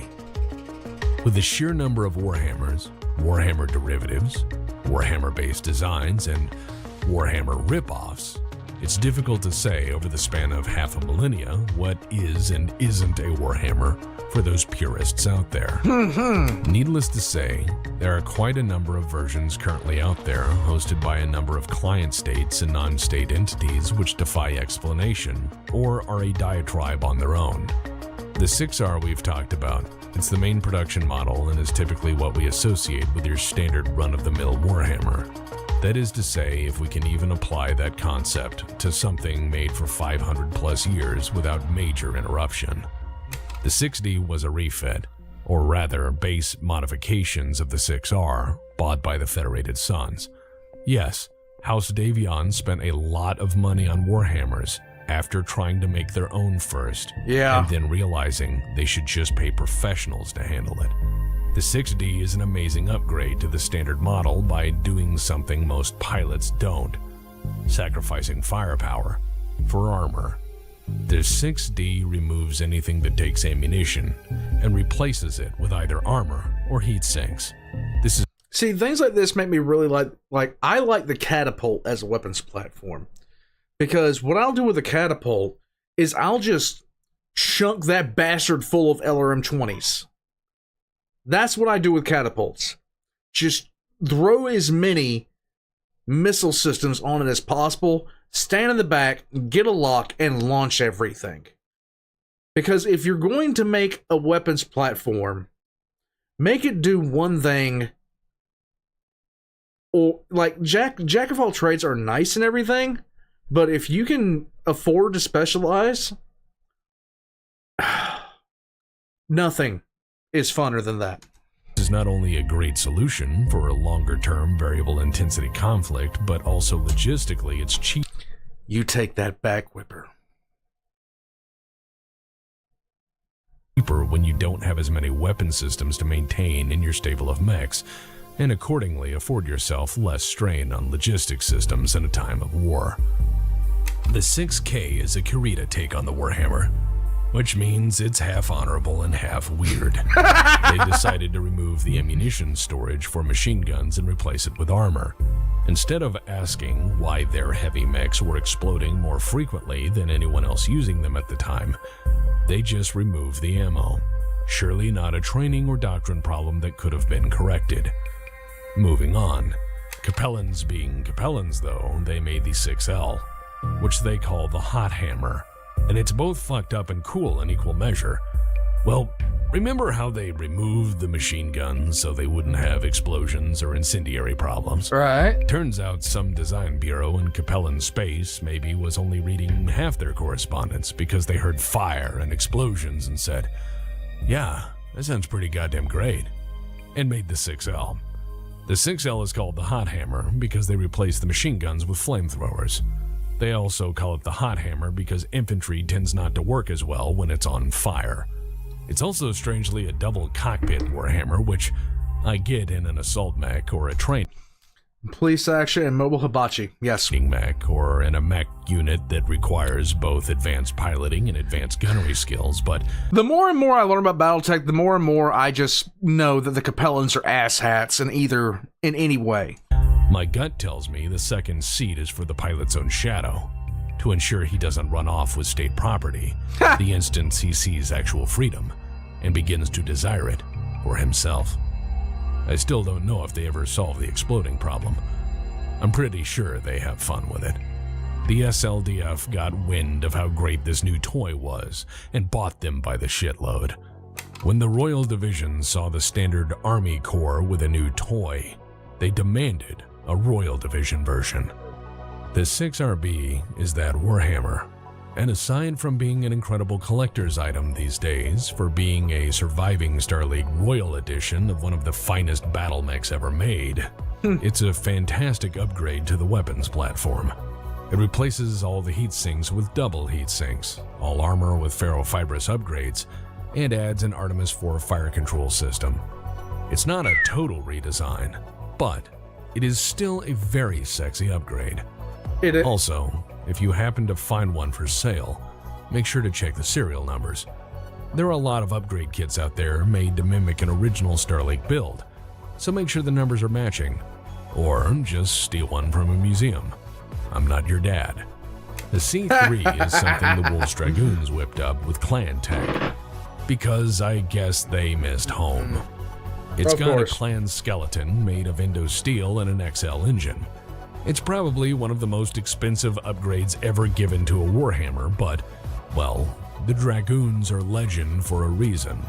It has double heat sinks, an ECM system, stream SRMs, a modern targeting computer, and extended range versions of all weapons. It's the one you want if you're looking to buy, or the one you copy if you're wanting to build. The 7M is the official variant for the Purple Parakeet. I mean, Free Worlds League. Oh, good God. And if you're looking for a design that's the definition of reasonable enough for most war zones, the 7M is just that. In the magical Goldilocks zone of upgrade programs, the 7M is a part-for-part improvement on the original with significant upgrades in firepower and durability. It has a reinforced chassis and double heat sinks to cool the dual ERPPCs. It has one machine gun and replaces the other with the LFN Lindblad shotgun anti-missile system. It also vastly upgrades the electronics, cockpit, and communication systems with locally available, off-the-shelf components. Again, reasonable. Good job, Free Worlds League. Yay! You get a nod of respect. No, I'm not glossing over the fact I say reasonable and Free Worlds League in the same sentence. Look, from Kenyan Merrick onward, it's a complex subject.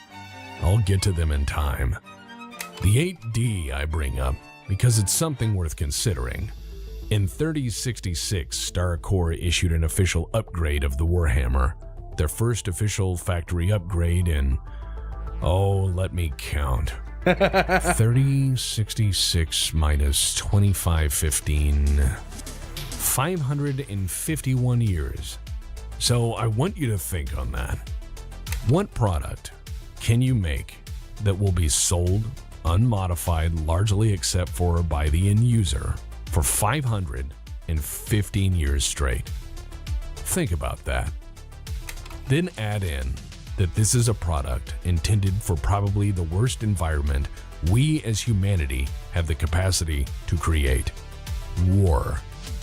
So let that sink in. The Warhammer, for many reasons, isn't perfect, but as time has shown, it is a goddamn good design.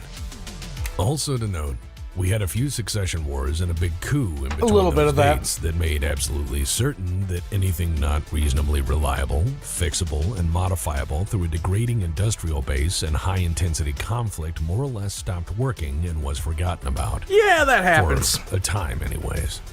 Keep that in mind. The Warhammer 8D is also a partnership with another company we've talked about, namely for its power plant. The 8D has a GM280 series reactor and is clad in Duralex heavy armor.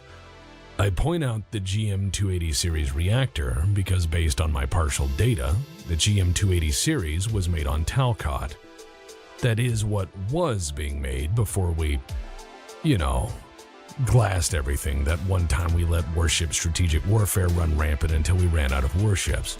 Talcott is also the place where the Blackjack was being refit for being, probably the most okayest thing GM ever made. Whether this was an intentional shot at GM by showing that they too were making good heavy mechs still, even after hundreds of years of hell, or that this was instead a partnership in trying to diversify its industrial reach, Star Corps made good decisions throughout the 8D's redesign. They did the smart thing and basically copied the Wolf's Dragoon's own take on the mech. Kenneth, I was thinking that, but I wasn't really going to say it. I was actually thinking that the Warhammer is the mech version of the Gladius, because that thing was used for centuries. Then mass-produced it for public consumption. Some might call this stealing, but all's fair in love and war. The 8D is further noteworthy as an example of how to do business in the inner sphere. Just wait and see how the customer plays with your product, identify what are the most popular and desirable upgrades or modifications, and then sell it to them. That Star Corps was glacially slow in rolling out new versions of their cash cow shows a keen understanding of market forces, strategic thinking, and warfare doctrines of the inner sphere.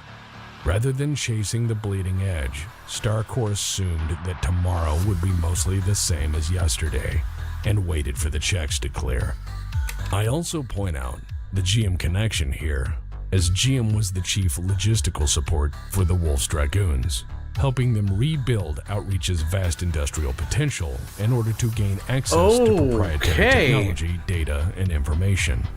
Surely the connection between a Wolf's Dragoon's proprietary design refit of the Warhammer ending up in their industrial partners' hands is purely coincidence. Of course, it's just no Surely problem. Coincidence. Surely. Or maybe it's just the StarCore way. Moving on, the 8R is another very common variant of the mech out there. Some people consider it... I swear this thing is one of the best looking pieces of gear I've seen out of BattleTech. This thing just looks fucking sexy, I'm just saying. ...the most common these days, but I find that's largely survivor's bias. Chuckarock, what's up, bud? ...related in terms of what's currently available. That being said, the 8R is more vanilla than It vanilla. does look better, Morgan. It's uncomplex, reasonable, and most importantly, fucking cheap. With the 8R, you get the upgrades of Later, the intervening Caden. years of technological discovery, or in the case of the Inner Sphere, rediscovery. After a certain telecoms monopoly decided to vibe check some weirdos from beyond the Inner Sphere, and we took their shit in the process. Where was I? Oh yeah, always pay your bills. Alright, the 8R. It's a boring but common enough refit variant. It has ER PPCs, it has ER lasers, and is, by most considerations, quite survivable as evidenced by its current commonality. It's a good starter Warhammer these days, with a lot of room to develop a variety of mech warrior skills. The next series of Warhammers I want to discuss are what the Taurians do with them. Oh, God. Being a non-Inner Sphere power, their take on the Warhammer is unique, and began with captured variants being pressed into service. The Warhammer 10 and 11Ts are a refit of House Davion's 9D version, which I am nearly certain to say were acquired not only through commercial means. But hey, abandoned weapons are usually free. Yeah. Usually dropped only once. And you cannot convince any army in history that they shouldn't just take them home. The 10T replaces the targeting computer with improved jump jets because I think the Taurians prefer to handle things up close and fairly personal. Or they just like to look the enemy in the eye when they tell them to fuck off. The 11T A 70-ton mech should not fly. It should just not fly. confirms my theory, at least to my satisfaction, by replacing the ERPBCs with snub-nose variants, ferrofibrous armor, case protection, and an XL engine. See, this is exactly it right here. This is exactly, I love this one right here. I love this one right here. And the reason I do, this is a come around the corner and fucking find out. That is exactly what this is. Two snub-nosed PPCs, light piece PCs. The only real thing out of the ordinary here for me is the medium lasers, okay? You walk around the corner to somebody piloting this thing, they're gonna laugh at you. They're just going to fucking laugh at you. It's like, you're gonna hear Dio talking to you. And as said, there are numerous double or twin cockpit setups for the Warhammer regardless of end user or original production specs, providing armies the option of having an excellent trainer, if not forward observation platform. Some of these double cockpit versions have notably allowed pilots to focus on their strengths, that is to say piloting or combat, while maintaining a high degree of situational awareness. By splitting pilot tasks, a Warhammer can outfight any mech in similar tonnage, at essentially twice the manpower risk for combat. No, Morgan, the King Crab is the buff of BattleTech, and the reason the Warhammer doesn't really meet the criteria of a buff. Ultimately, the Warhammer is hardest to define through its many variants. The Warhammer has always been a blank canvas for any number of very stupid things you want to do with it. Unlike many other mechs, this isn't the exception, but the rule in Warhammers. Each house has its own variant, or four, and Mustang every will work. mercenary organization has its own custom take on this venerable monster. And while it's not a perfect weapon system, it most certainly is good enough for most tasks.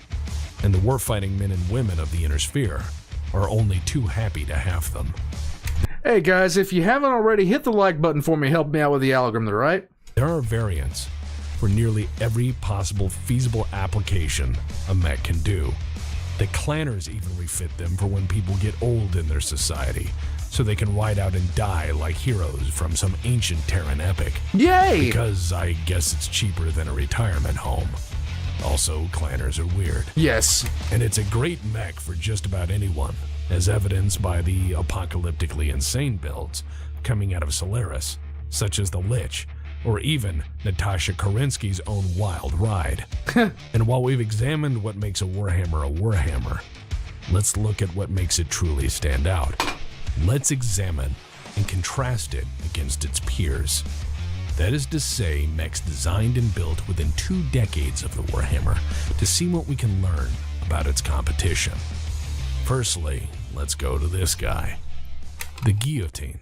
Or, if you want to make francophones angry, put on the Van Zandt accent and call it, well, the Guillotine. The Guillotine is an interesting machine.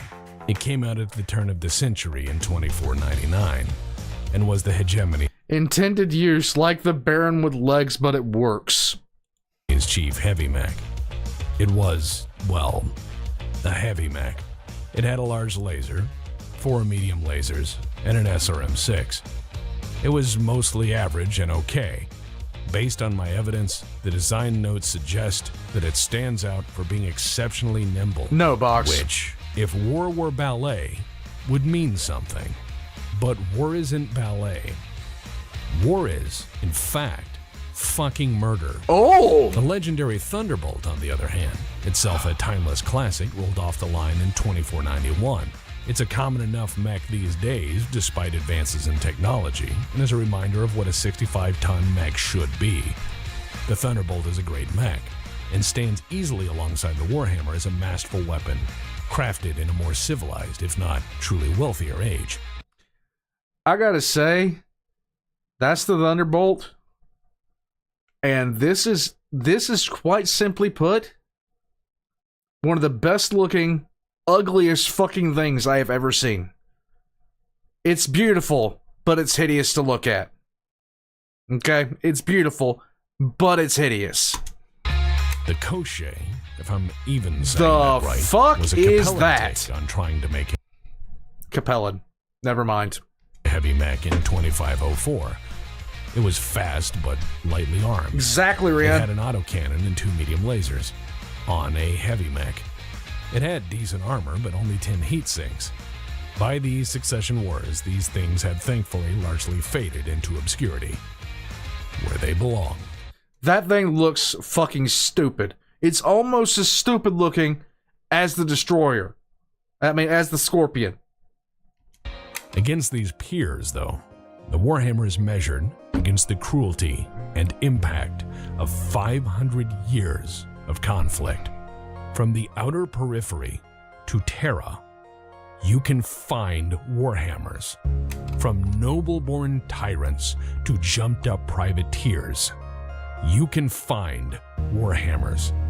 It is no major exaggeration to think that whole campaigns, if not wars, have been fought and won with just Warhammers for this reason.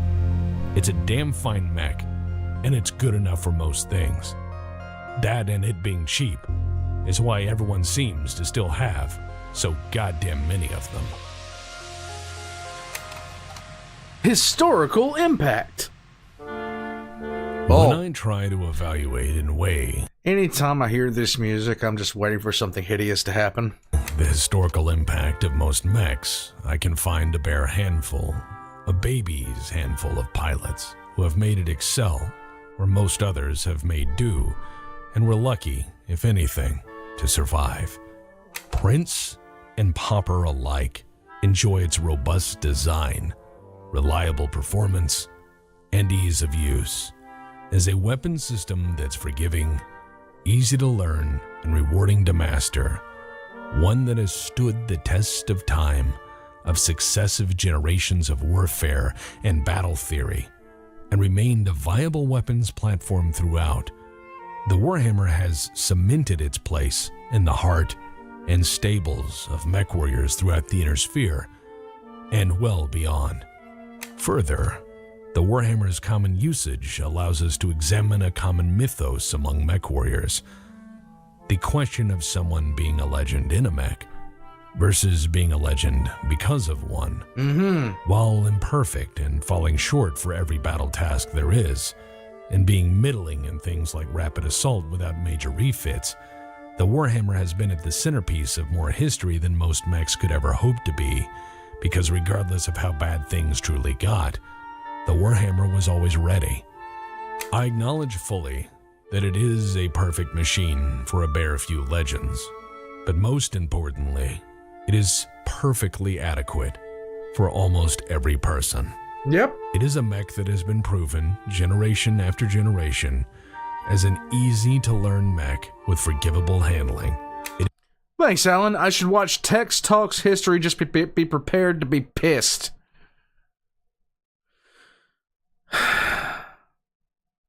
I think that's just going to be becoming a staple. That's just a staple of the channel. I'm just saying.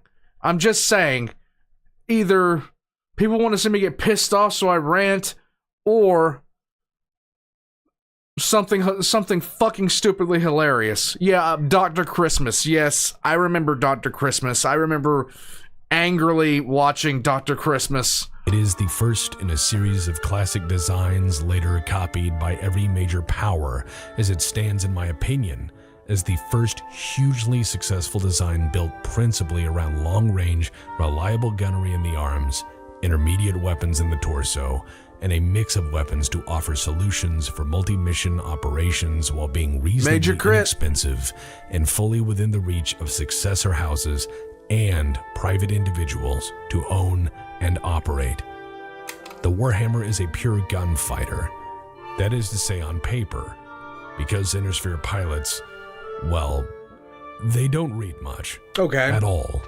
But opting not for fists or hands of any sort, the Warhammer is made cheaper and purer as a gun platform. There was no sense of compromise in its design like you see in many military procurement programs to appeal to the vast egos of those involved. Thank you, Alan. Who dream what war of the future may be and place bets on the outcome. Bets measured in human lives. The Warhammer is a design that said, this is what you need. Now buy it, or I'll sell it to your fucking neighbors. There you go. And ladies and gentlemen, everyone bought. But they weren't all happy. The problem with someone shoving a solution down your throat is that it can be a bitter pill. And frequently armchair generals will rise in these times to say and tell us all how to put things right. Because sometimes good enough isn't enough, and you want more. And here's where we'll look into what the Warhammer inspired from those brave souls who looked at it and said, I can do that, but better. The thought. Miss J, this is literally buy a musket for home defense galaxy-wide. Was originally dreamed up as a replacement to the venerable Warhammer. Or rather, it was dreamed up by the Multex Corporation as a direct competitor. It's an assault mech, but a light one at 80 tons, and a vast improvement on the Warhammer in that it's better protected and being one of the first zombie mechs in history. That is to say, you can't ever stop it from shooting back unless you beat all the pieces off it and kill the pilot. It is worse than the Warhammer in that it is more expensive. It is also worse than the Warhammer in the sense that Multex as a corporation didn't have a plan for the apocalypse and didn't widely distribute their production facilities across the Inner Sphere. Oh! What this means is that by the First Succession War, those remaining in the Inner Sphere were mostly in the hands of one very militant telecoms company. The Warhammer 2C is basically a remix of the Warhammer by the clans, who built on the Able design and ended up with an assault mech. It's basically a Warhammer, but better in every way. It also costs 50% more than the standard Warhammer. It proves As one that does. if you throw enough money and resources at a problem, you can make a better but more expensive solution. The Warhammer 2C is a big, sexy bastard of a war machine. And had the Succession Wars not happened, I could see it very much being a natural evolution of the Warhammer with time. Then again, the clanners have a problem with history and worshipping the Star League of old, and the Warhammer 2C is in essence a living avatar of that belief system. It is a very polished version of ancient history, presented as a very sanitized view of the past. Yay! In that sense, of whether it is a simulation or a simulacrum of what once was, that's your call. I'm not a philosopher.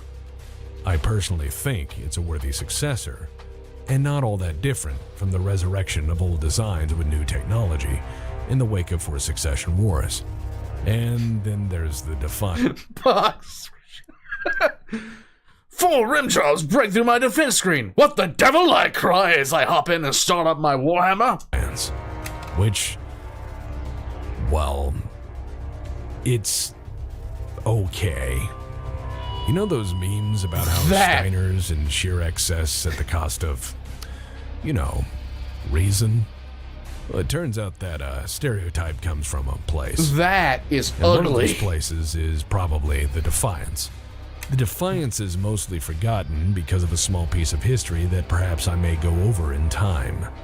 You see, there's this company called Defiance Industries, and they're somewhat the flagship corporation of the modern Steiner Mechworks industry. Uh-huh. Well, that's an understatement.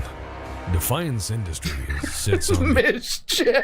the biggest single-site mech assembly plant in the inner sphere after the fall of the Star League. That they're big is an understatement. They are Steiner big, which is a whole different thing. Yay. Their attempt to beat the Warhammer is the Defiance, which, well, it was a bold idea. The Defiance is bold. We'll go with that. Oh. It's 5 tons heavier than a Warhammer. It carries an LB-10X autocannon, 2 PPCs, 2 ER medium lasers, an SRM-6, ER small lasers, and a machine gun. It has double heat sinks. It has Indo-steel armor. It has a light fusion engine. It has triple strength myomer throughout. It also costs 15.2 million C-bills. So it is better than a Warhammer at some things. At the cost of 2.5 Warhammers, it still can't face roll the weapons, and it isn't anywhere near as versatile. Also, if you aren't Lyran allied, you aren't going to get it cheap. That's MSRP cost. Also, Defiance Industries kind of had a problem. They, played politics. Oh. And they played it poorly. Oh. So they got caught up in a Steiner political thing, and the Grey Death Legion showed up, and, let's just say that Defiance was, passed over for the Fafnir, which is another Defiance Industries product, just way bigger and cheaper somehow at 11 million C-bills. Because Steiners build huge mechs and there are certain economies of scale in their favor. And as for StarCorp Industries, well, their story gets pretty interesting. StarCorp would go on to make a hell of a lot of mechs over the years. They're the guys behind the longbow, because they got tired of their customers fumbling at the idea of fire support and making compromises, so they just made a walking missile launcher. Before you say, yeah, but the Stalker, let me put this into some perspective. Okay. Well, the long...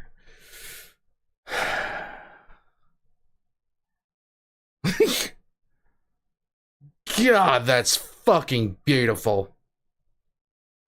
This is when the sky looks like the last thing the dinosaurs fucking saw. Longbow costs 7.4 million C-bills and is 85 tons of murder that has 2 LRM-20s, 2 LRM-5s, and 2 medium lasers. The Stalker costs 7.4 million C-bills, is 85 tons of murder, and has 2 LRM-10s and 2 large lasers, 4 medium lasers, and 2 SRM-6. Now, some will say the Stalker is better. However, here's what's important. While they were figuring out how the Stalker fucking worked, the longbow was sold. The longbow predates the Stalker by almost a full century. So the fairer comparison is longbow versus, well, nothing. Yeah, while people beat their dicks in the dark, StarCorps knew their business and sold fucking metal. StarCorps are the guys who tackled reverse engineering clan stuff after the invasion to copy or at least emulate the Thor with their Thanatos, which then gave many Innersphere pilots their first taste of what they were missing with Omnimax. They were even part of the production and design team for the Stalker, the Sunder, and Avatar, among many others. They used their partnerships with each house to directly design and produce or jointly design and produce anything they could. They forged commercial partnerships to make licensed copies or piecemeal material for the various great and minor industries across the Inner Sphere.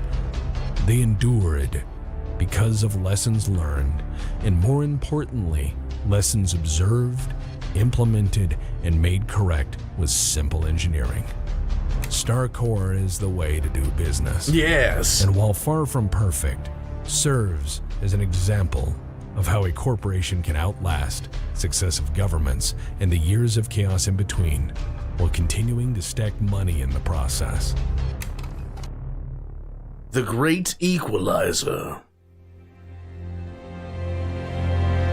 From the goddamn Black Watch to the Gunslinger program. From Natasha Kerensky to Yorinaga Kurita. From the SLDF to those wanting them to fuck right off and everyone in between. The Warhammer has been there. The Warhammer has been a constant reminder that while war may change, that technology can shape and reshape the political landscape. Some things are truly eternal. The Warhammer is older than most governments in the Inner Sphere. Many great dynasties are far younger than StarCorps' accidental success. The Warhammer is older than the Sea Bill. The Warhammer was there when Star League rose and fell and rose again. Briefly, kinda, before some people confuse technobabble with religious doctrine. The Warhammer has been a steady seat for many a pirate king, dictator, warlord, general, war hero, and average grunt alike.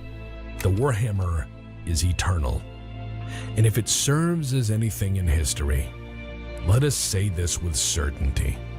It is the Great Equalizer. The Warhammer has been outclassed with a progressive march of time, but never obsolete and never replaced.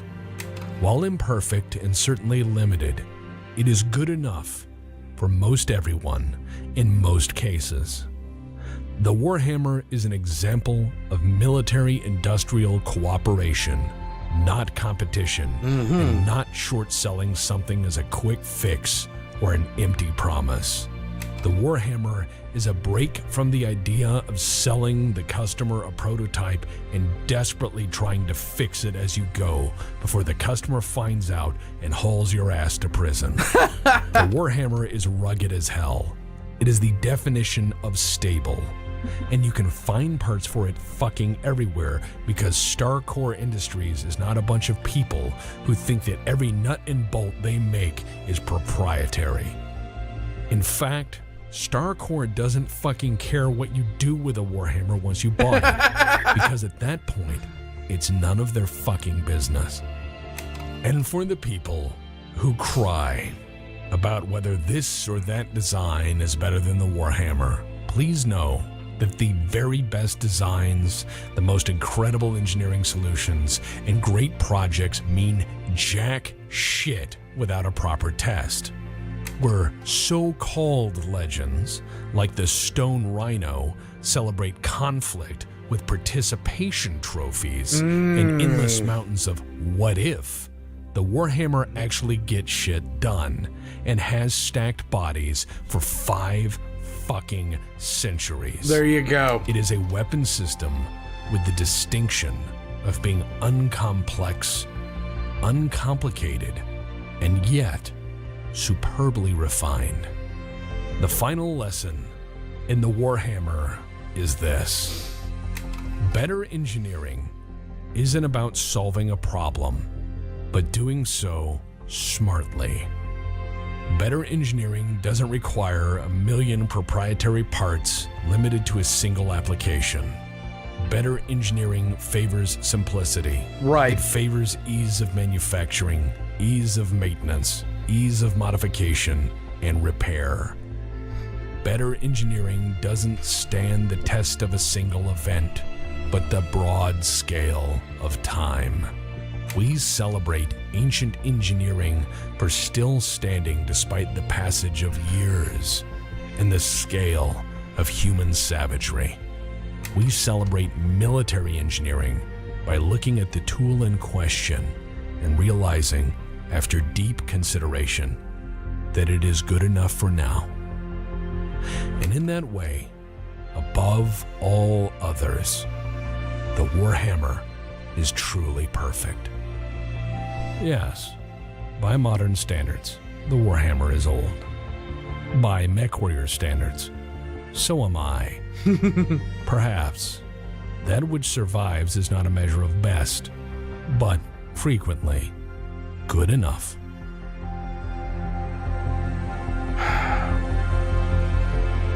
Well, this is awesome. Now, here's the thing, okay? Here's the big thing. This is a engineering principle that just people, we get caught up these days, even these days, in, you know, revolutionary, groundbreaking, blah, blah, blah, this, blah, blah, blah, that. But if you were to hand me a decision to pick up something that I needed to last, I needed it to perform its function, I'm not picking the revolutionary, groundbreaking, blah, blah, blah. I'm picking the thing that, like, it's a question. What are you going to use to make sure you get back and forth to work on time? What are you going to make sure that you use?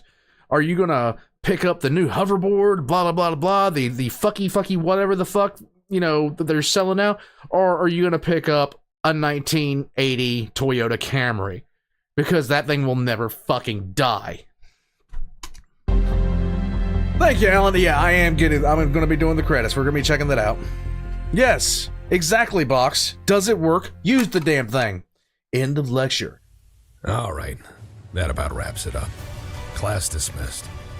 At any rate, let's get out of here because the shotgun pogo tournament has rented the room and, well, they make a mess of things with everything. Okay, here they come. God damn it.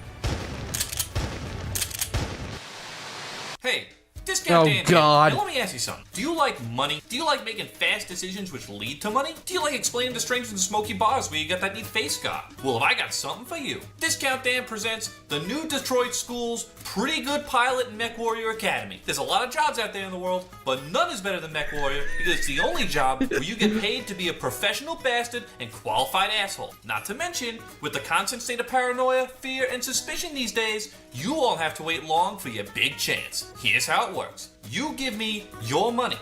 I mail you a Discount Dan patent pending training box, and before long, my MechWarrior Mobility Associates will transport you to your new home. Yay! Soon, you will be subjected to the best training that money can buy anywhere in the periphery. That's right.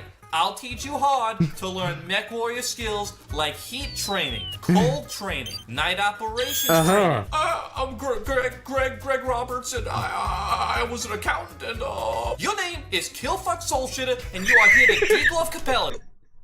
Killfuck Soulshitter. Bam! Instant war, criminal crit. I'm not. I have a collection of bonsai trees. I made a mistake. Whatever you say, Mr. Soulshitter, nobody will doubt your might now. Why are you taking my real credentials? And just like that, a new hero is born. Unrelated, if you need help in a war zone, and not in a win the war way, but more in a hold them off until your real army shows up way, hit me up at my brand new business, Discount Dan's Pretty Good Speed Bumps and Casket Sales. Prize, Discount Dan's Haunted Empty Stairs Portrait Gallery. That one is a real hit with the media. At any rate, time is money, and I've pirated enough of this broadcast to know I'm not making it. So just remember, I'm Discount Dan, and I will always take your money, guaranteed. Yes. From the makers of Merchant of Menace and Steiner Coliseum, Shakespeare in the Park, comes the newest interpretation of the Bard's timeless tale. Okay. On ancient Terra, in Scotland, a plot is hatched. Dismayed, not this, our captains, Macbeth and Banquo. Duncan Fisher as everyone in Duncan Fisher's one-man Macbeth. You've hired me to fucking narrate Duncan fucking Fisher! Jesus Christ! I'm a fucking classically trained Duncan fucking Fisher! Jesus Christ! Fuck! God damn it! Stay, you imperfect speakers, tell me more. Oh, God. By Sinel's death I know I am Thane of Glamis, but how of Cawdor? The Thane of Cawdor lives, a prosperous gentleman, and to be king stands not within the prospect of belief. No more than to be Cawdor. Say from whence you owe this strange intelligence, or why upon this blasted heath you stop our way with such prophetic greeting. Speak, I charge you.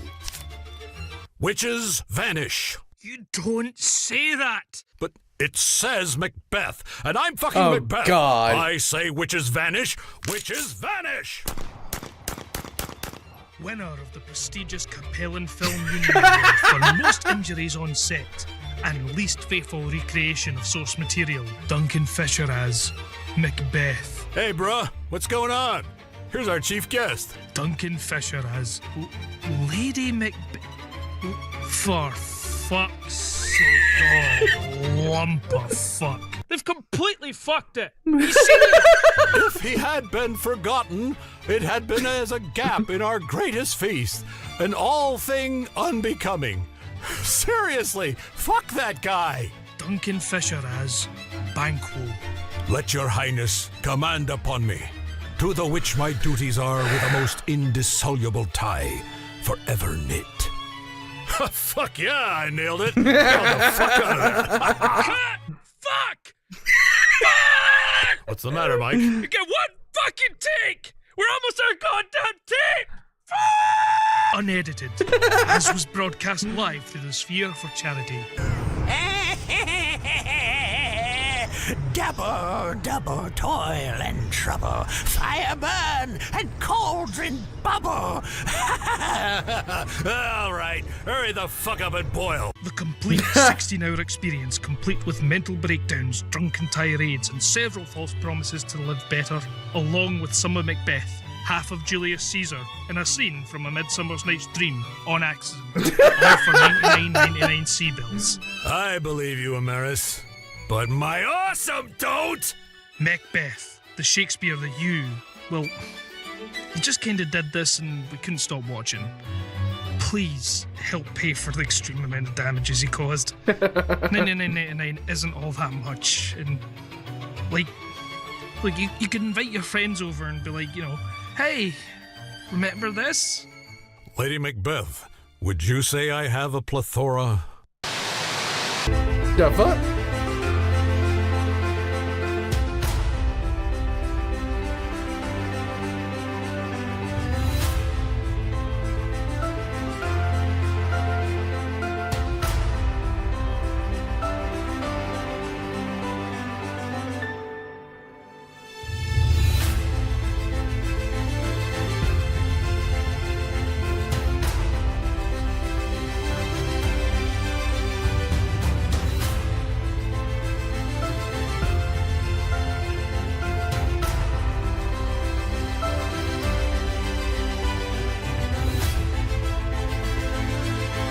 Yes!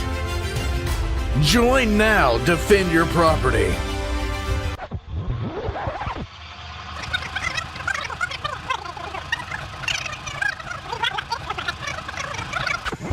I said I wanted to join the wrecking crew, and they gave me a Warhammer.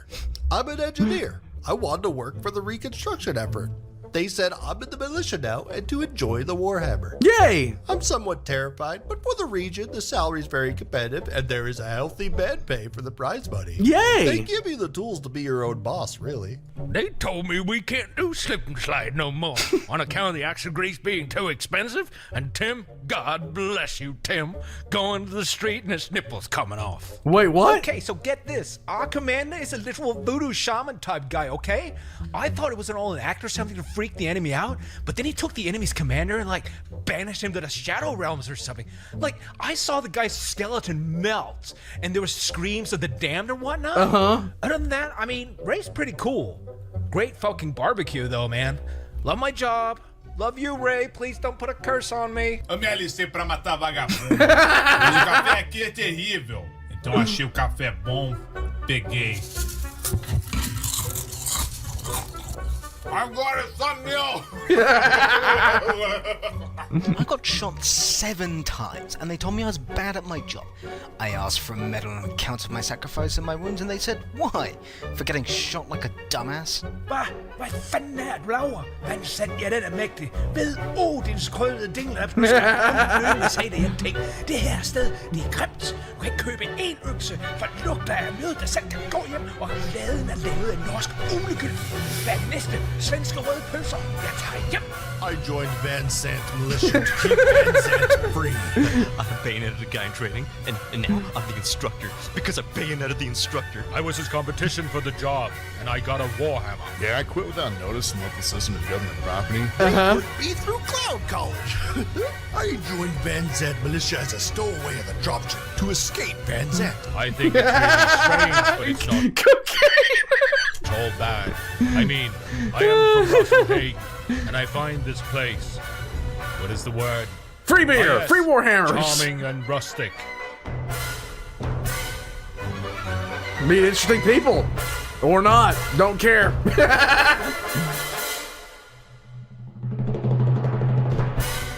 Nice! I cooked a brisket once for the militia, and they drafted me. It's really not bad, but I mean, I'm not really a violent person, though I guess brisket is worth killing for. So yeah.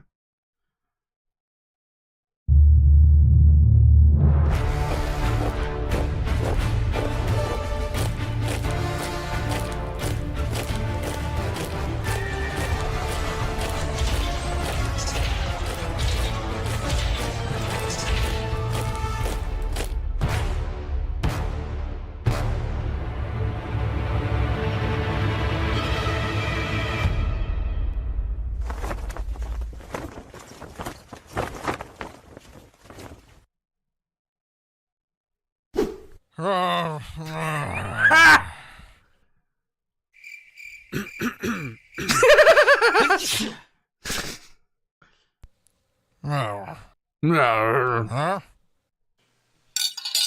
Oh. Octum! Yes! Yes! Steiner Scout Squad! Oh.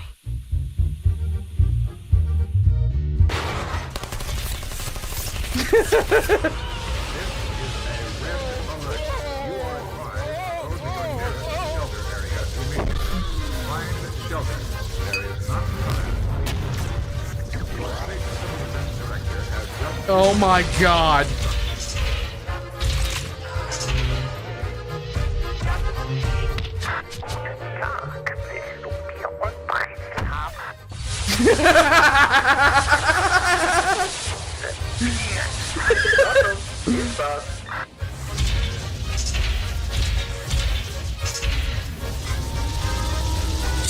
Oh my god.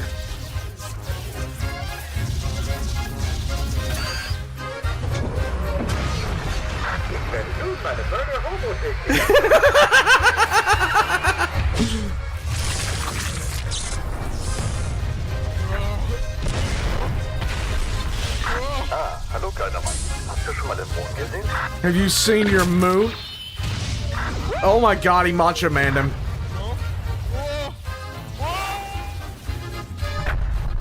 Damn, son.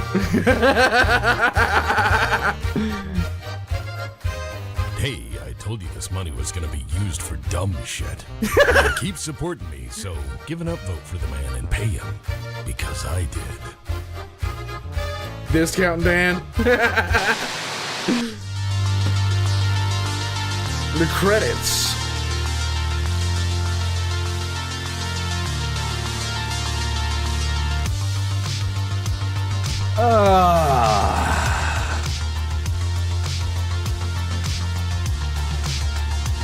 Macho Man in the flesh. Nice. This is the Van Zandt Department of Taxation and Graft. I regret to inform you that your dropship collided with a valuable early warning pirate radio and potato yield calculation satellite on the way here.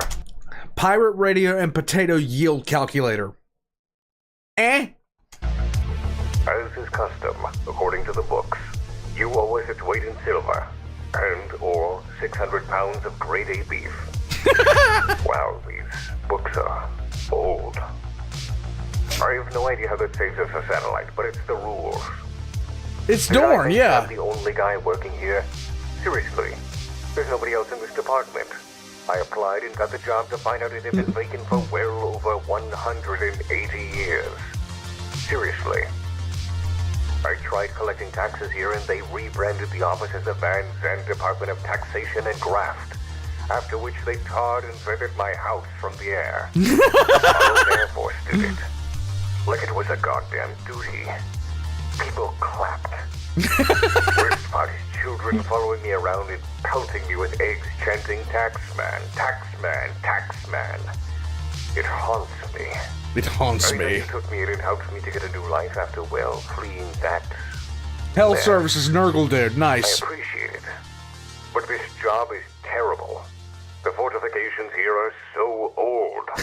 Your main command bunker on this planet was once a mighty fortification, which has since been stripped and turned to a grand old Opry visitor center, hotel, motel, restaurant, museum, classroom, bar, and mini-mall.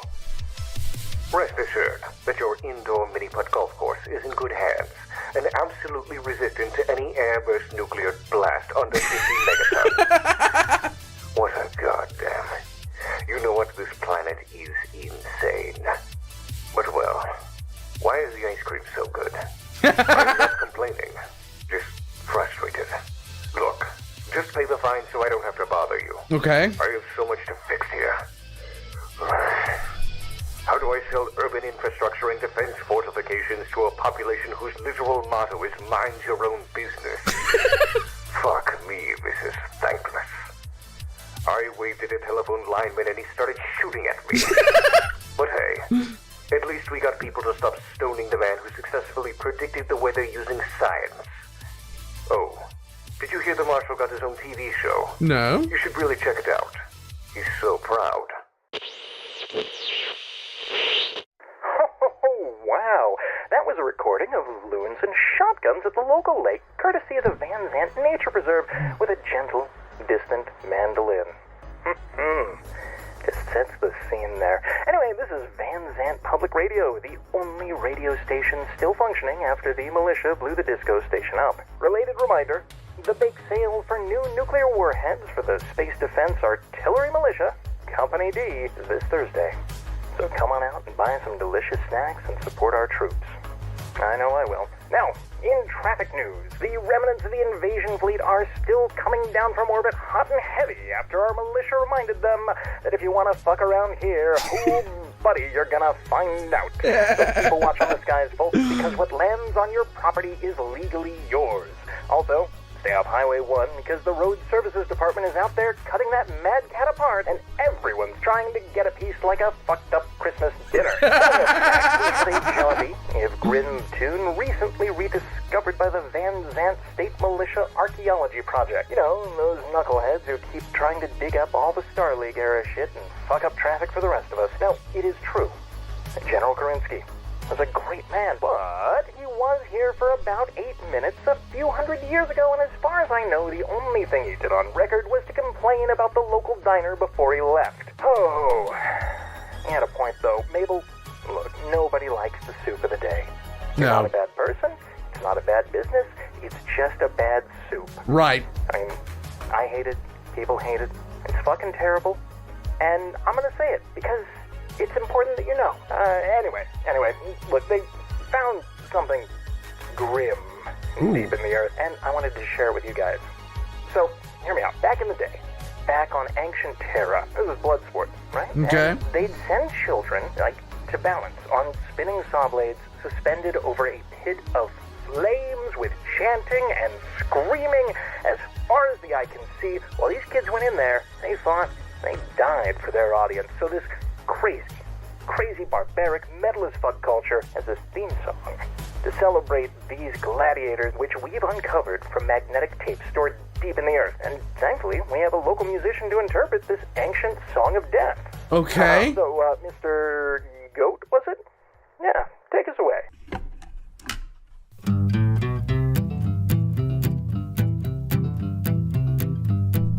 Crossfire, you'll get caught up in the crossfire. Oh, God damn it! You'll get caught up in the crossfire. Crossfire. Yeah.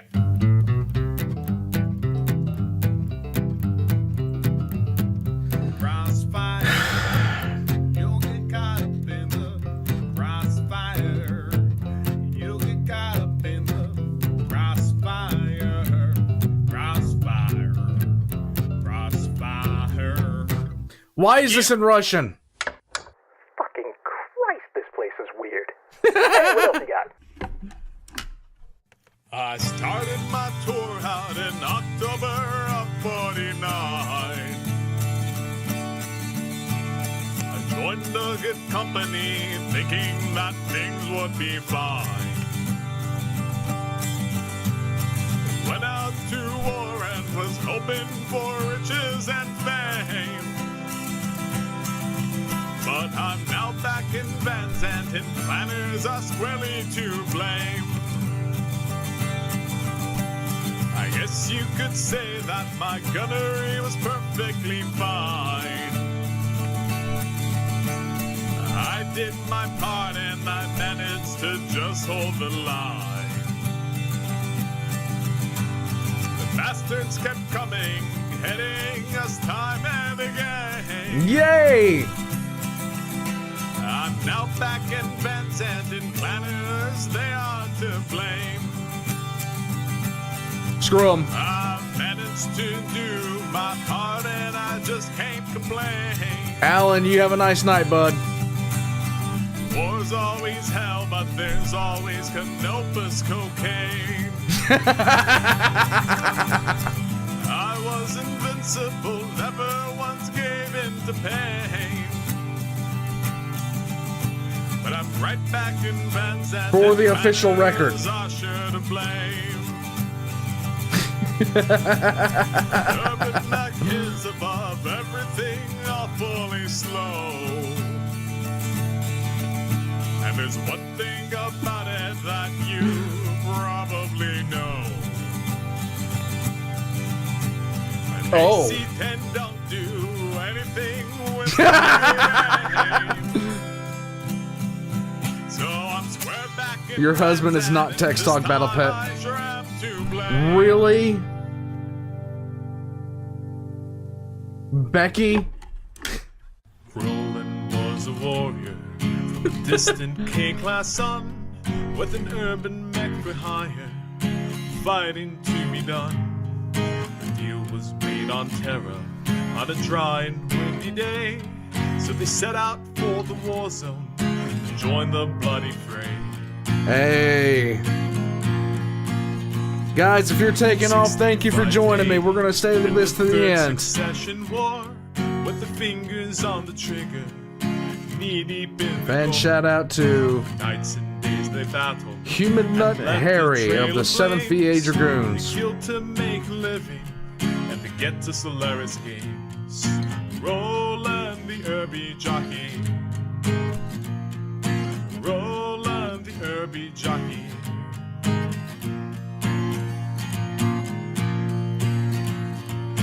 The house is built to hire him, Capellans and the rest. For of all the Irby jockeys, We'll see. We'll see what's going Roland was on. best. Till Comstar decided they wanted Roland dead. Those damn backstabbing Capellans blew off Roland's head. Roland, the headless Irby jockey, the Innisphere's bravest son. They can still see his headless body stomping through the night in the muzzle flash of a cut-down AC-10. In the muzzle flash of a cut-down AC-10. Nice. Roland searched the systems for that Comstar. Based off a on the real ring. song called Rolling the Headless. He found him in Canopus, in line at the HPG. Roland fired his jump jets and he didn't make a sound. He just smashed that Comstar puppet down into the ground. Roland the headless Irby pilot. Roland the headless Irby pilot. Roland the headless Irby pilot. Roland the headless Irby pilot.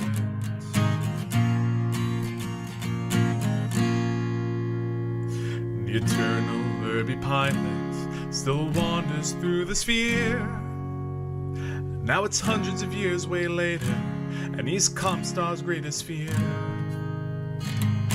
Luthien and Misery, Palmyra and Tharkard. Clan of scum will feel the gun of Roland's urban mech and buy it. I know what this is based off of. 14 years Nanostrand worst quartermaster of the year. I know what this is based off of. I know what this is based off of. This is the reply of the Cossacks.